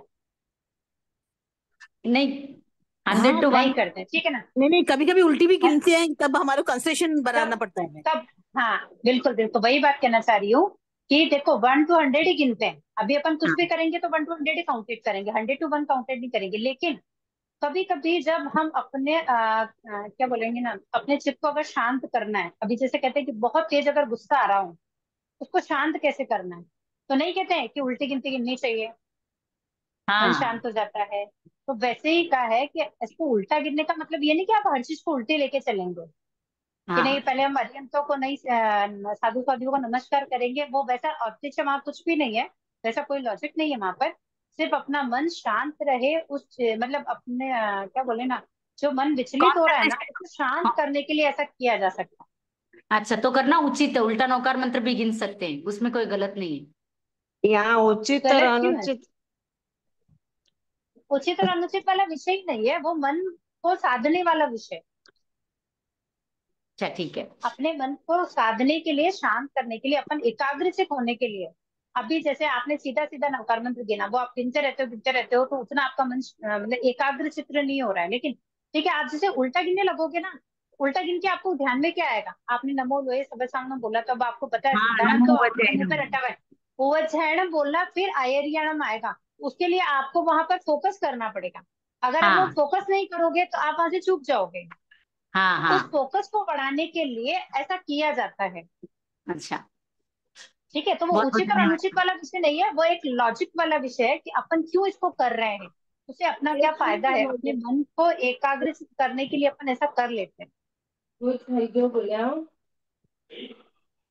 Okay sir. नहीं, ऐसा करने से पाप तो नहीं लगता है कि अभी ये उल्टा नौकार मंत्र गिनने से कोई पाप वगैरह तो नहीं लगता है? आप नहीं, अब मुझे उल्टा अच्छा नौकार आपके मंत्र की पूरी माला थोड़ी गिनते हो, पूरी नहीं, माला आप ऐसे गिनते बराबर हो। नहीं, आप बोले जैसे कंसंट्रेशन बढ़ाने के लिए, जैसे अगला पद कौन सा यस। अपने को बोलना है, वो ध्यान करने के लिए अपन बोलते हैं। जी, वो कौन सा फ्लेवर लाया मैं बोलूँ? पूछो जय जिनेन्द्र। प्लीज जो बोल रहे हैं वो अनम्यूट करेंगे, लेकिन बैकग्राउंड साउंड वाले प्लीज अपना माइक म्यूट कर लेंगे, रिक्वेस्ट। फरमाइए सर। मैं ये कहना चाह रही थी कि जैसे हम अनुपूर्वी गिनते हैं तो उसमें भी तो उल्टा सीधा लेकर के हम गिनते हैं, तो वही कंसंट्रेशन वाली बात जी, आई, इसमें कोई पाप लगने वाली कोई बात नहीं है। मैं ये बताना चाह नहीं, रही और थी। वैसे भी पाप पाप वाला विषय है ही नहीं यहाँ पर। मुझे एक बात बताइए, हम एक ये दोहा पढ़ते हैं ना, गुरु गोविंद दोनों खड़े काके लागू पाए, बलहारी गुरुदेव ने गोविंद दियो बताए। मतलब भगवान भी कहते हैं, अपन नहीं कहते कि गुरु का पद पहला आता है, क्योंकि गुरु ही है जो देव का रास्ता बता रहे हैं हमको। अभी हमें कौन क्या सिखा रहा है ये बताओ। हमने अरिहंतों को देखा है क्या? हमने सिद्धों को देखा है क्या? हमने इस समय आचार्य उपाध्याय साधु साध्वी ये तीन गुरु पद है ना, हम इन्हीं के सानिध्य में रहते हैं, इन्हीं से ही सीखते हैं, और यही हमको बता रहे हैं कि अरिहंत ऐसे दिखते हैं, सिद्ध ऐसे दिखते हैं। हमने क्या आगम पढ़े हैं क्या? पढ़े नहीं है। तो हमने आगम नहीं पढ़े, तो हम क्या कर रहे हैं? जो गुरु भगवंत हमसे कह रहे हैं हम उन पर श्रद्धा रख रहे हैं ना, क्योंकि वो जिनवाणी हमें कह रहे हैं। हमारी परुपना क्या कहती है कि जिनवाणी पर श्रद्धा रखनी है। तो जो जिन वाणी के विषय में हमें बता रहा है, जिन वाणी से हमें कुछ बता रहा है, तो हम उस पर श्रद्धा कर रहे हैं। तो गुरु भगवंतों ने बताया, तो वैसे भी कहते हैं कि पहले गुरु जो आगे बढ़ो का, जैसे अच्छा मेरे इसमें एक क्वेश्चन था, उसी क्वेश्चन का आंसर करते हुए शायद आपके इस क्वेश्चन का आंसर आपको मिल जाए। अपन नमो अरिहंताणम और नमो सिद्धाणम बोलते हैं, बराबर? इन दोनों में से बड़ा कौन है, पहले ये बताओ। सिद्ध सिद्ध भगवान। सिद्ध भगवान भगवान बड़े हैं, बड़े हैं। मगर सिद्ध तो का फिर हम परिचय नमो अरियंत ही करवाते तो हैं, हम इसीलिए नमो हम अरिहंताणम बोलकर सिद्ध क्यों बोलते हैं? पहले सिद्धाणम बोल के नमो अरिहंताणम क्यों नहीं बोलते? नहीं, सिद्ध क्योंकि भगवान सिद्ध ने का अरियंत भगवान परिचय की अरियंत पहचान ही की। करवाते हैं। हम्म। ठीक है ना? तो सेम प्रोसीजर है, जैसे अपन सिद्ध और अरिहंत के अंतर को पढ़ेंगे ना, कि भाई सिद्ध भगवान क्या है, 8 कर्मों से मुक्त है, वो अशरीरी है। ठीक है, वो हाँ। किसी भी प्रकार की प्रवृत्ति नहीं करते हैं। सिद्ध भगवान जो किसी भी प्रकार की प्रवृत्ति करते ही नहीं है। ठीक है ना? वो उपदेश देते हैं। ये सब काम कौन करता है? अरिहंत अरियंत। भगवान करते हैं, क्योंकि उन्होंने 4 कर्मों का क्षय किया, 4 अभी उनके बाकी है। तो वही बताते हैं कि सिद्ध कैसे बनेंगे। सिद्ध बनने के लिए और 4 कर्मों का क्षय करना पड़ेगा। वही प्रभु उपदेश देते हैं, उन्हीं के उपदेश को सुनते हैं और उसी को आचरण में लाते हैं। ठीक है। अब वो अरिहंत और सिद्ध वाला विषय है यहाँ आचार्य उपाध्याय और साधु साध्वी के साथ, कि वो उनको उन्होंने जो कहा है उसको आचरण में लाते हैं और वैसा ही अपने को सिखाते हैं। तो पहले अगर अपन गुरु को वंदन करके देव को वंदन कर रहे हैं तो उसमें कोई असाधना नहीं है। बाकी हमारे देव अरिहंत है, गुरु निर्ग्रंथ है, उसमें भी कोई डाउट नहीं है। Okay sir.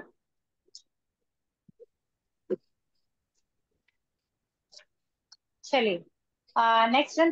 अच्छा, मैं एक चीज और पूछना चाह रही थी आप लोगों से, अगर समय का कोई इशू है, किसी को कोई प्रॉब्लम है समय के लिए? नहीं दो सही घंटा है ज्यादा ये होता समय। है। 2 घंटा तो ये ज्यादा होता है। 1 बजे से नहीं ना, 2 बजे से, या तो 2 से 3 हो जाए। मतलब 1 घंटा बहुत होता है।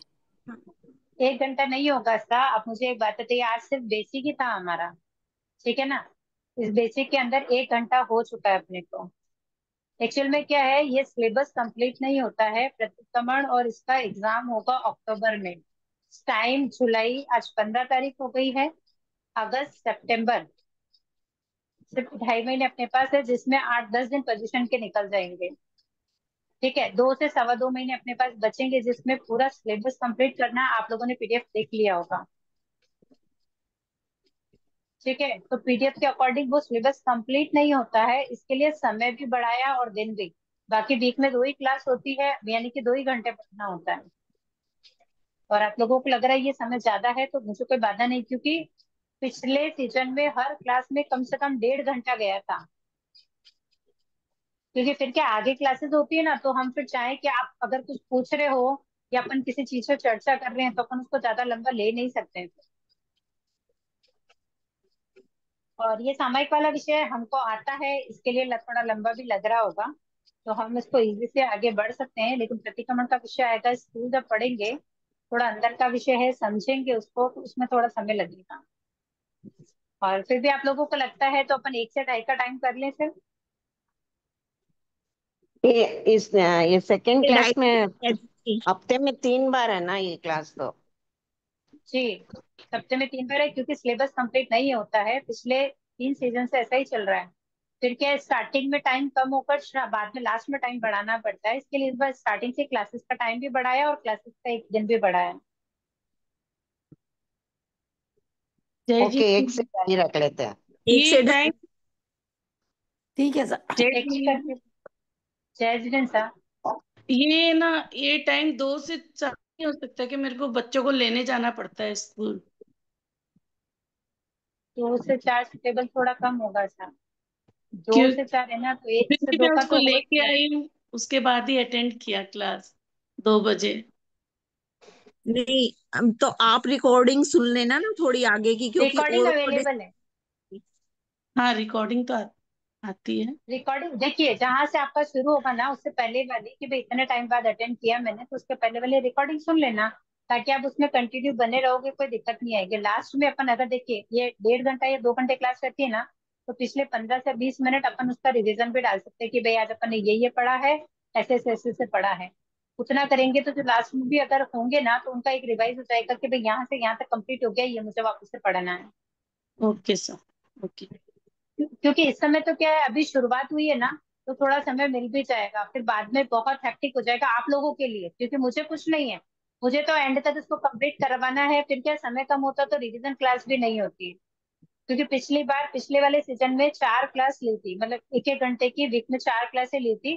तब जाकर पीछे 2 वीक बचे थे, जब रिवीजन क्लास हुई थी और उसके अंदर पूरी तैयारी हुई थी सबके एग्जाम की। ओके सर, ठीक। इसके लिए इस एग्जाम बार कब टाइम था, होगा? अगर देखते। एग्जाम अक्टूबर में सॉरी, कब है? 4 अक्टूबर। ये वाला 3 अक्टूबर को लगभग संभावना डेट यही है। किसी कारण से आगे पीछे हो जाए तो कुछ कहा नहीं जा सकता। 99% डेट यही फाइनल है।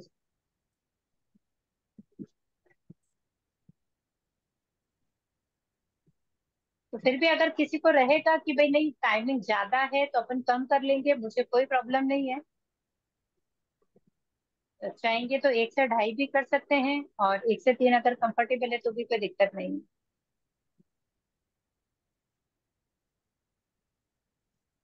1 से 2.5 चलिए, ठीक रहेगा। हाँ ओके सर। 1 से 2.5 डन है, कोई दिक्कत नहीं है। हमारा टाइम 3 का ही, मतलब मैसेज में 3 ही आएगा, कारण है कि पीछे और क्लास है ना, तो वो टच नहीं होगी। वैसे भी हमको 15 मिनट पहले क्लास को ड्रॉप करनी पड़ेगी। तो 1 से 2.5 वाला ओके डन। किसी को कोई प्रॉब्लम हो तो प्लीज बता देना। अब मुझे टिकटों का पार्ट सुनना है। कौन बोलेंगे ये बताओ, लेकिन सब अपनी अपनी बुक्स खोल के रखेंगे।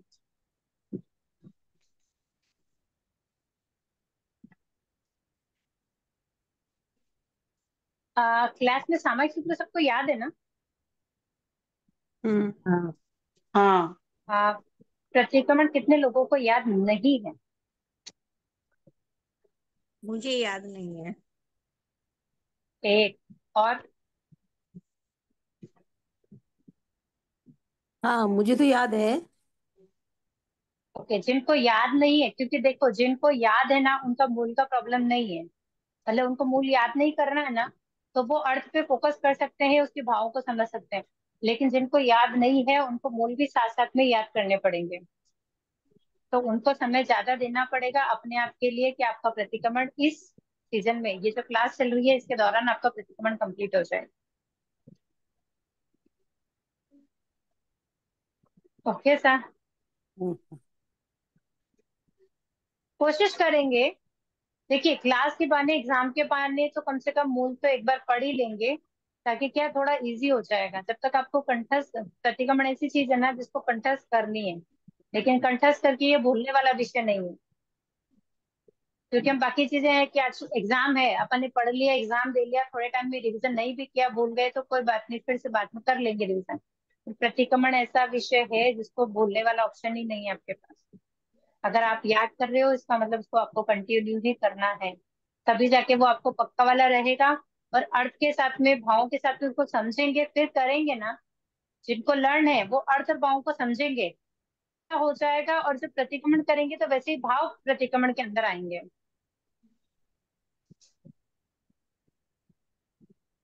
Okay sir.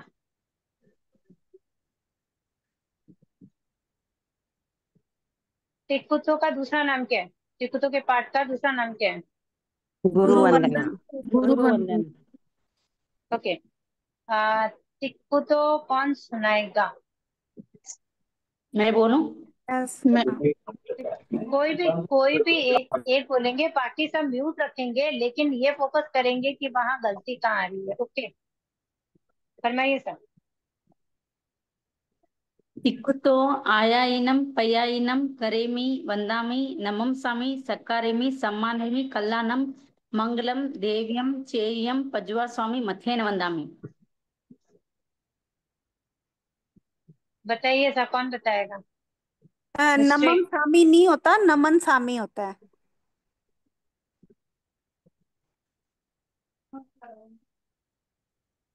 और कोई? इन्होंने पजवा स्वामी बोला, जबकि सामी होता है। यस, सामी है, स्वामी नहीं है। आधा से नहीं, मतलब आधा से और वह नहीं है, ओनली सामी है। एक मिनट है, और पजवा कोई? सामी, जी, इसका उच्चारण कैसे करना? पजवा स्वामी, पजवा सामी, स्वामी नहीं, हाँ, पजवा सामी। सामी, ओके। ओके। और कोई उच्चारण सही करना है? मैं बोलूं एक बार? एक मिनट, इनका जो था उनमें से और कोई बता रहा है क्या कि कहाँ गड़बड़ हुई है? मथेन वंदामी में।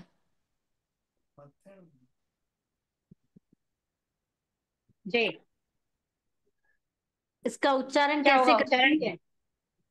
उच्चारण क्या होगा? मथेन, मथेन वंदामी। जी, मत एण वंदामी। मथेन वंदामी। मत हे कहाँ है? एण। मत एण। एन है। मथेन, मत हाँ, एन मथेन देखिए, वंदामी। जनरली जनरली बोलते हैं मथेण वंदामी, यानी कि मथे ण वंदामी, यानी कि ऊपर मात्रा लगा रहे हैं, जबकि नीचे ए लिखा हुआ है, ऊपर मात्रा नहीं है। ठीक है। तो मथ एण वंदामी। मथेन वंदामी। जी, ओके सा। एक बार अपन परीक्षण कर लेते हैं। तिक्कुतो आयाहीनम पयाहीनम करेमि वंदामि नमंसामि सत्कारेमि सम्मानेमि कल्याणम मंगलम देवयम चेयम पजुवासामि मत एण वंदामि।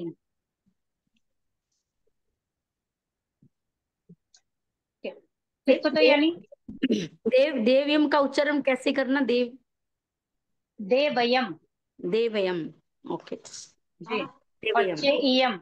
चेयम, चेवयम नहीं, चेयम। चेयम। हम्म।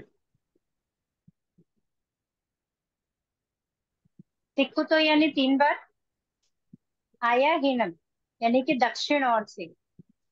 पयाहीनम प्रदक्षिणा। करेमी करता हूँ।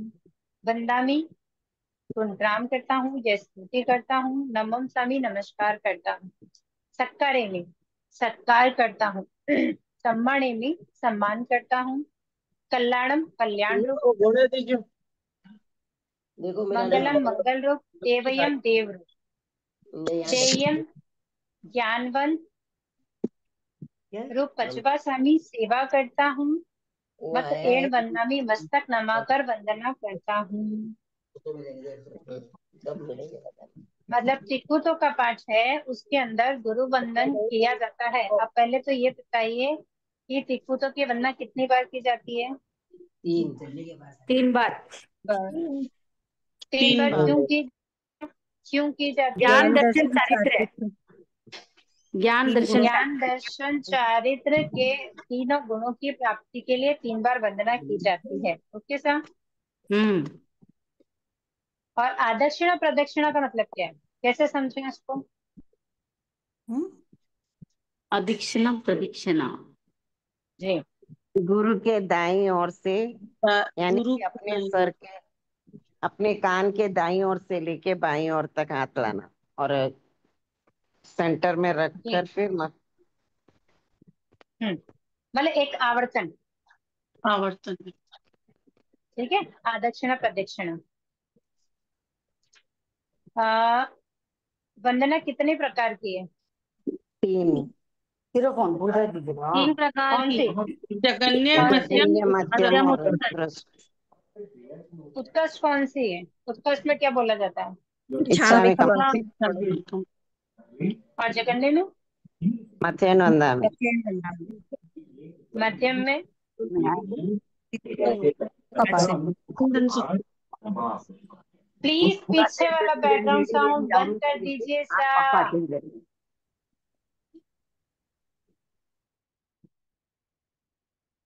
क्लास में डिस्टर्ब होता है। अगर आप स्थानक में गए और वहां अगर गुरु भगवंत कोई कार्य कर रहे हैं, चाहे उनके प्रति लिखना है या चाहे वाचनी कर रहे हो या ज्ञान अध्ययन कर रहे हो, तो आपको कौन सी वंदना करनी चाहिए और किस तरह करनी चाहिए? जगन्य वंदना कर लेनी चाहिए उस टाइम, उनको डिस्टर्ब ना करके। माथे पे हाथ रख के जगन्य वंदना कर लेनी चाहिए, दोनों हाथ जोड़ के। क्यों मध्यम वंदना करनी चाहिए? वो अपना स्वाध्याय करते रहे, हम हमारी वंदना कर सकते हैं। अंजलि देख, करण, अंजलि करण। अगर अपन स्थानक में गए हैं और महाराज साहब चाहे वो प्रतिलेखना कर रहे हो, ज्ञानार्जन कर रहे हो या वाचनी कर रहे हो, कुछ भी वो अपना अगर कुछ कर रहे हैं, तो उनको बिना डिस्टर्ब किए हुए अपन एक दूरी बनाकर उनको वंदन कर सकते हैं त्रिपुटों के पाठ से। ठीक है। ये बताइए, महाराज अगर गोष्ठी के लिए निकल रहे हैं, ठीक है, गेट तक आ गए, आपने स्थानक के अंदर एंट्री की, तो वहां पर आप उनको कौन सी वंदना करेंगे? सब जगन्य वंदना करेंगे, मथे नंदामि बोल के। वो अपन तो स्थानक में फिर त्रिपुटों के पाठ से वंदना क्यों नहीं कर रहे हैं? हाँ, तो उनको क्योंकि वो अपन रास्ते से स्थानक नहीं के अंदर करेंगे। क्या है? वो रास्ते रास्ते में में निकल रहे हैं ना, तो अपने लिए थोड़ी है, ना खड़े रखना, उनको ये शोभा नहीं देता। उनके हाथों में वजन भी होता है। नहीं, उनके हाथों में क्या है उसको छोड़ो, अपना विवेक, अपना जो है ना विवेक वाला विषय यहाँ कि पर, वो रुके नहीं कि, रहे। कि भाई अगर वो गोचरी के लिए निकल रहे हैं, या मतलब वो तैयार कहीं पर भी अगर वो निकल रहे हैं, अगर रास्ते में अपने को कहीं मिले, अगर अपन वहीं खड़े होकर अगर उनको वंदना करेंगे, तो पहले तो उनको वहां रुकना पड़ेगा। ठीक है। रुकेंगे तो उनका जो आगे का जो भी है उनका टाइम टेबल वो डिस्टर्ब हो जाएगा।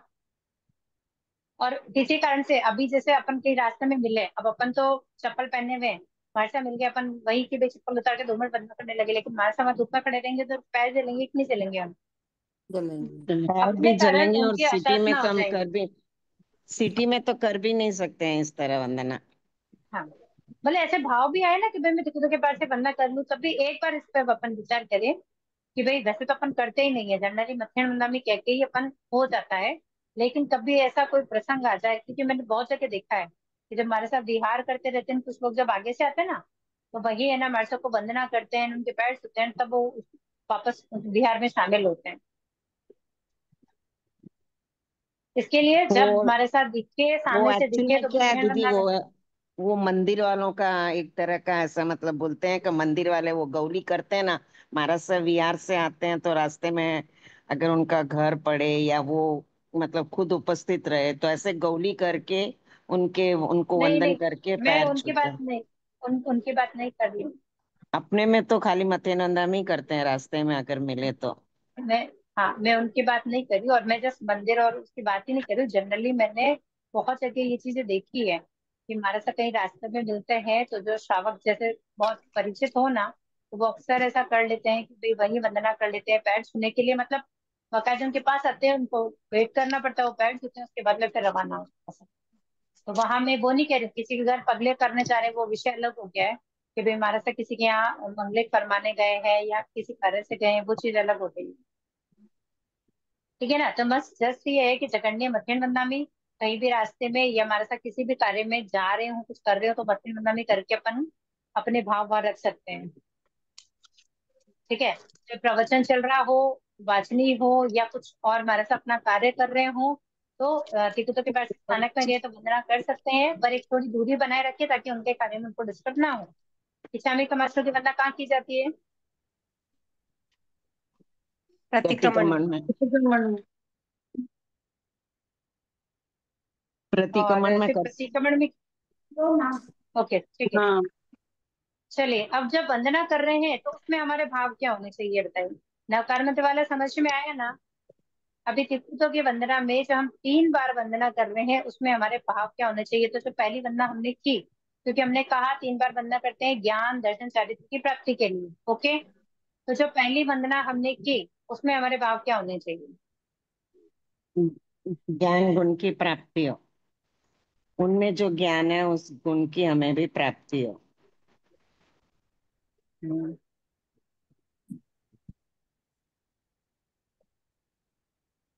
मतलब विचार ऐसा करना कि कि ये ज्ञान की जो दृष्टि होती है ना, मतलब देखने की भाई उनमें क्या विशेषताएं हैं, ये चीजें देखनी, उनको ध्यान में लेना कि ओह इनका जीवन कैसा है, इन्हें कितना ज्ञान है इनमें, ऐसा ज्ञान भी मुझे मिले। क्योंकि आजकल हमारे में क्या हो गया ना, हमारी दृष्टि जो है ना ऐसी हो गई है ना कि अभी जैसे अगर अपन साधु संतों के जाते हैं ना, तो वहां जाके देखते हैं अरे यार ये हमारे साथ तो प्रिय में ही नहीं है, या ये हमारे साथ इतना कोई ज्ञान नहीं है, ना कोई आनंद नहीं आता इनसे बात करने में।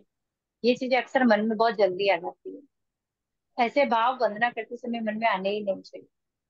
क्योंकि भगवान ने कहा है कि जीव कोई सा भी हो ना, दो चीजें ज्ञान और अज्ञान। ठीक है, जहाँ अज्ञान नहीं है वह ज्ञान होगा ही होगा।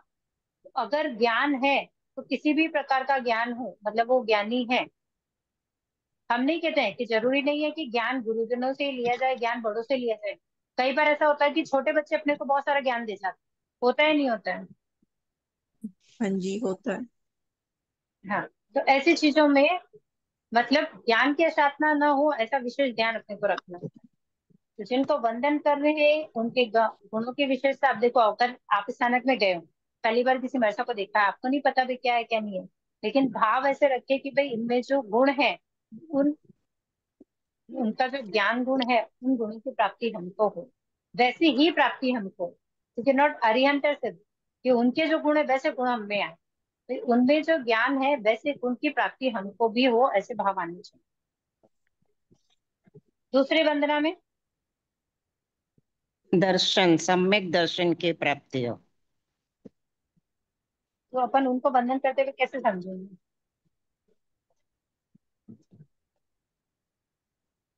जैसे गुरु भगवान स्थानक में विराज रहे हैं, आप गए हो, आपने पहली वंदना की, दूसरी वंदना दर्शन की बात हुई, तो अब आप उसके विषय में कैसा चिंतन करेंगे? ज्ञान का चिंतन तो कर लिया कि उनका जो ज्ञान है, विशिष्ट ज्ञान है, उत्कृष्ट ज्ञान है, सम्यक ज्ञान है, वो हमको प्राप्त हो।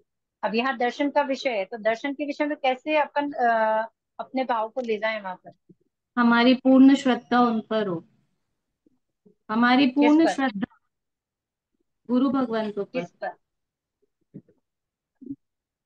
गुरु भगवान तो हमें ये देखना है कि ये गुरु दर्शन भगवान पर। कैसे है। देखो जिन वाणी पर कितनी श्रद्धा है इनकी, इनका दर्शन कितना विशुद्ध है, वैसा ही दर्शन हमारा भी विशुद्ध हो, ऐसे भाव आने चाहिए। क्योंकि तीर्थंकर भगवान पर श्रद्धा रखनी है, उनकी वाणी पर श्रद्धा रखनी है। और तीसरी वंदना चारित्र, उसमें क्या भाव रहे?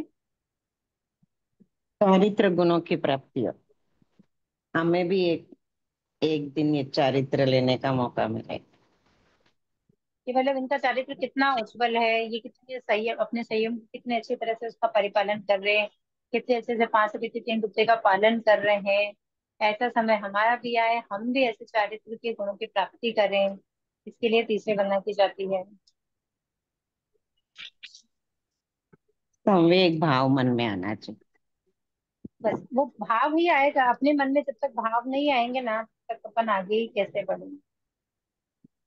मोस्ट इम्पोर्टेंट जैन धर्म में भाव की है। जैसे भाव रखोगे वैसे ही कार्य अपन कर पाएंगे। वंदना करने से कौन से गोत्र का बंध होता है? उच्च गोत्र का।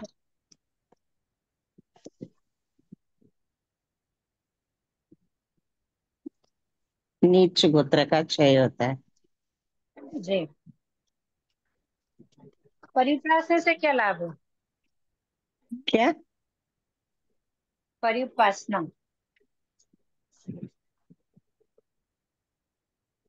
बार बार वंदन करना ना, परिउपासना।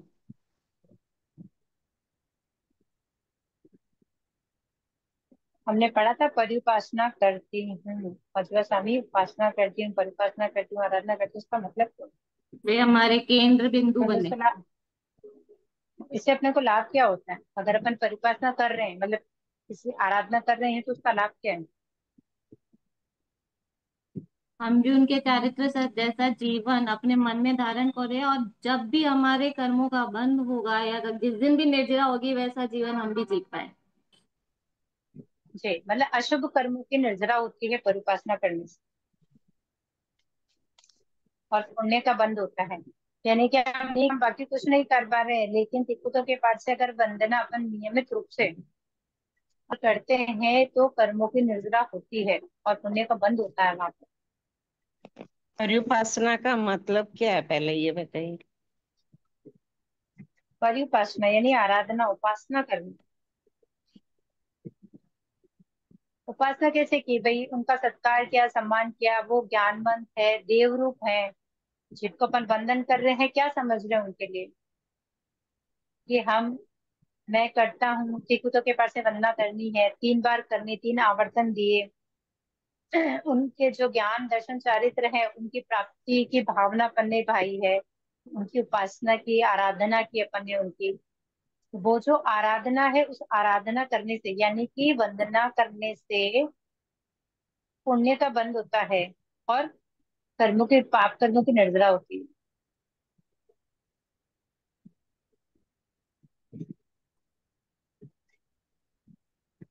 Okay sir.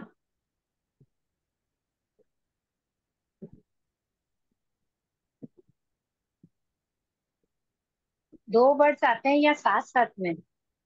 एक तो आता है सत्कार सम्मान, ठीक है, एक है कल्याणम और मंगलम। तो पहले ये बताइए सत्कार और सम्मान को कैसे समझा है?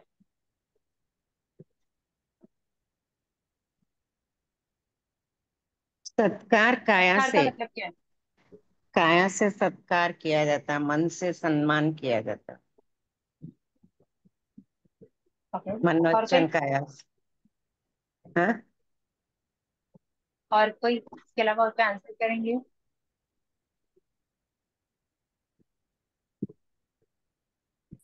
भावों के द्वारा, मन के द्वारा जो सत्कार किसी का भी किया जा सकता है, सम्मान जो है वो जो गुणी है उनका किया जाता है।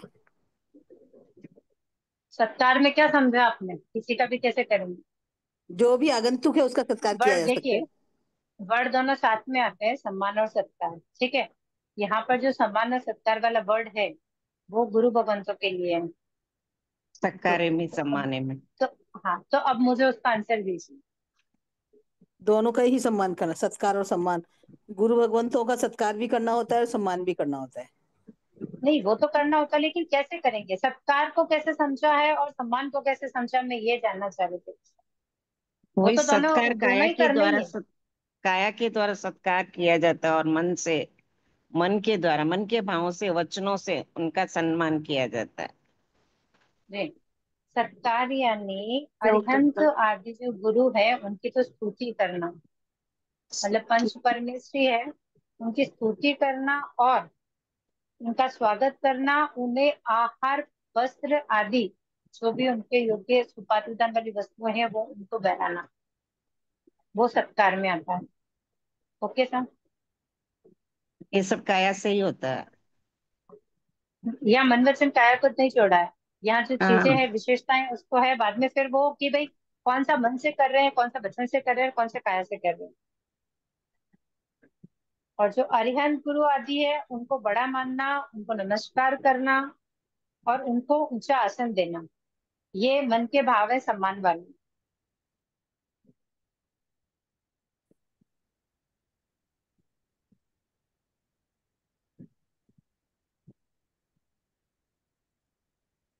कल्याण और मंगल रूप, इन दोनों में क्या डिफरेंस है?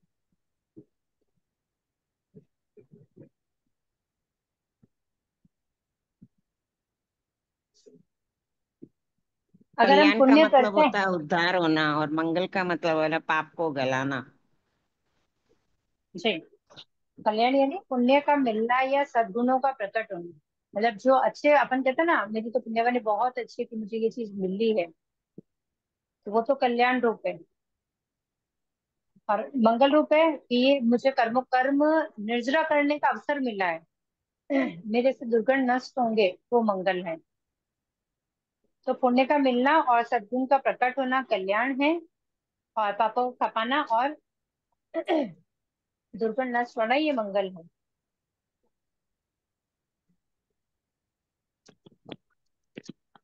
ओके सर, अब ये भी कंप्लीट हो गया है नवकार मंत्र देखो। तो अब यहाँ अगर किसी को कुछ पूछना है तो पूछेंगे। आज इतिहास का विषय शुरू नहीं किया, ट्राई की नेक्स्ट क्लास में अपन इतिहास को शुरू करेंगे, साथ साथ में चलाएंगे दोनों को।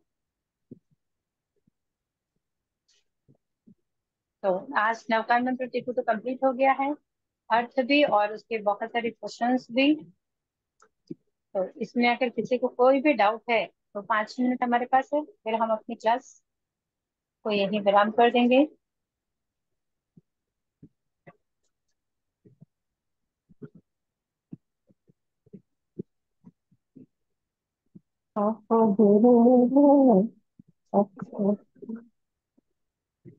कोई क्वेश्चन नहीं है? नेक्स्ट क्लास थर्सडे को है, 1 बजे से 2:30 बजे तक का समय है। कोई बाधा है किसी को? नहीं, ठीक है, बिल्कुल। Okay sir. हाँ, तो 1 से 2:30 का समय अपन ने रखा है। तो समय का ध्यान रखेंगे, समय से ज्वाइन हो जाएंगे, ताकि क्या है कि किसी को कुछ मिस नहीं होगा। और बाई चांस किसी भी कारण से अगर किसी का ऐसा कुछ मिस होता है तो डेफिनेटली वो रिकॉर्डिंग देखकर समय के साथ जुड़े रहेंगे तो ठीक रहेगा, क्योंकि छूट जाएगा तो फिर आपको लगेगा कि पीछे रह गए। बहुत बहुत आभार आपका, धन्यवाद। जिनवाणी के विरुद्ध कुछ भी कहने में आया हो तो क्षमा कामना सा, आप सभी को क्षमा कामना कृतज्ञता व्यक्त करेंगे। अहो गुरु बर कृपा करी, दीन ज्ञान की दान, भव भव में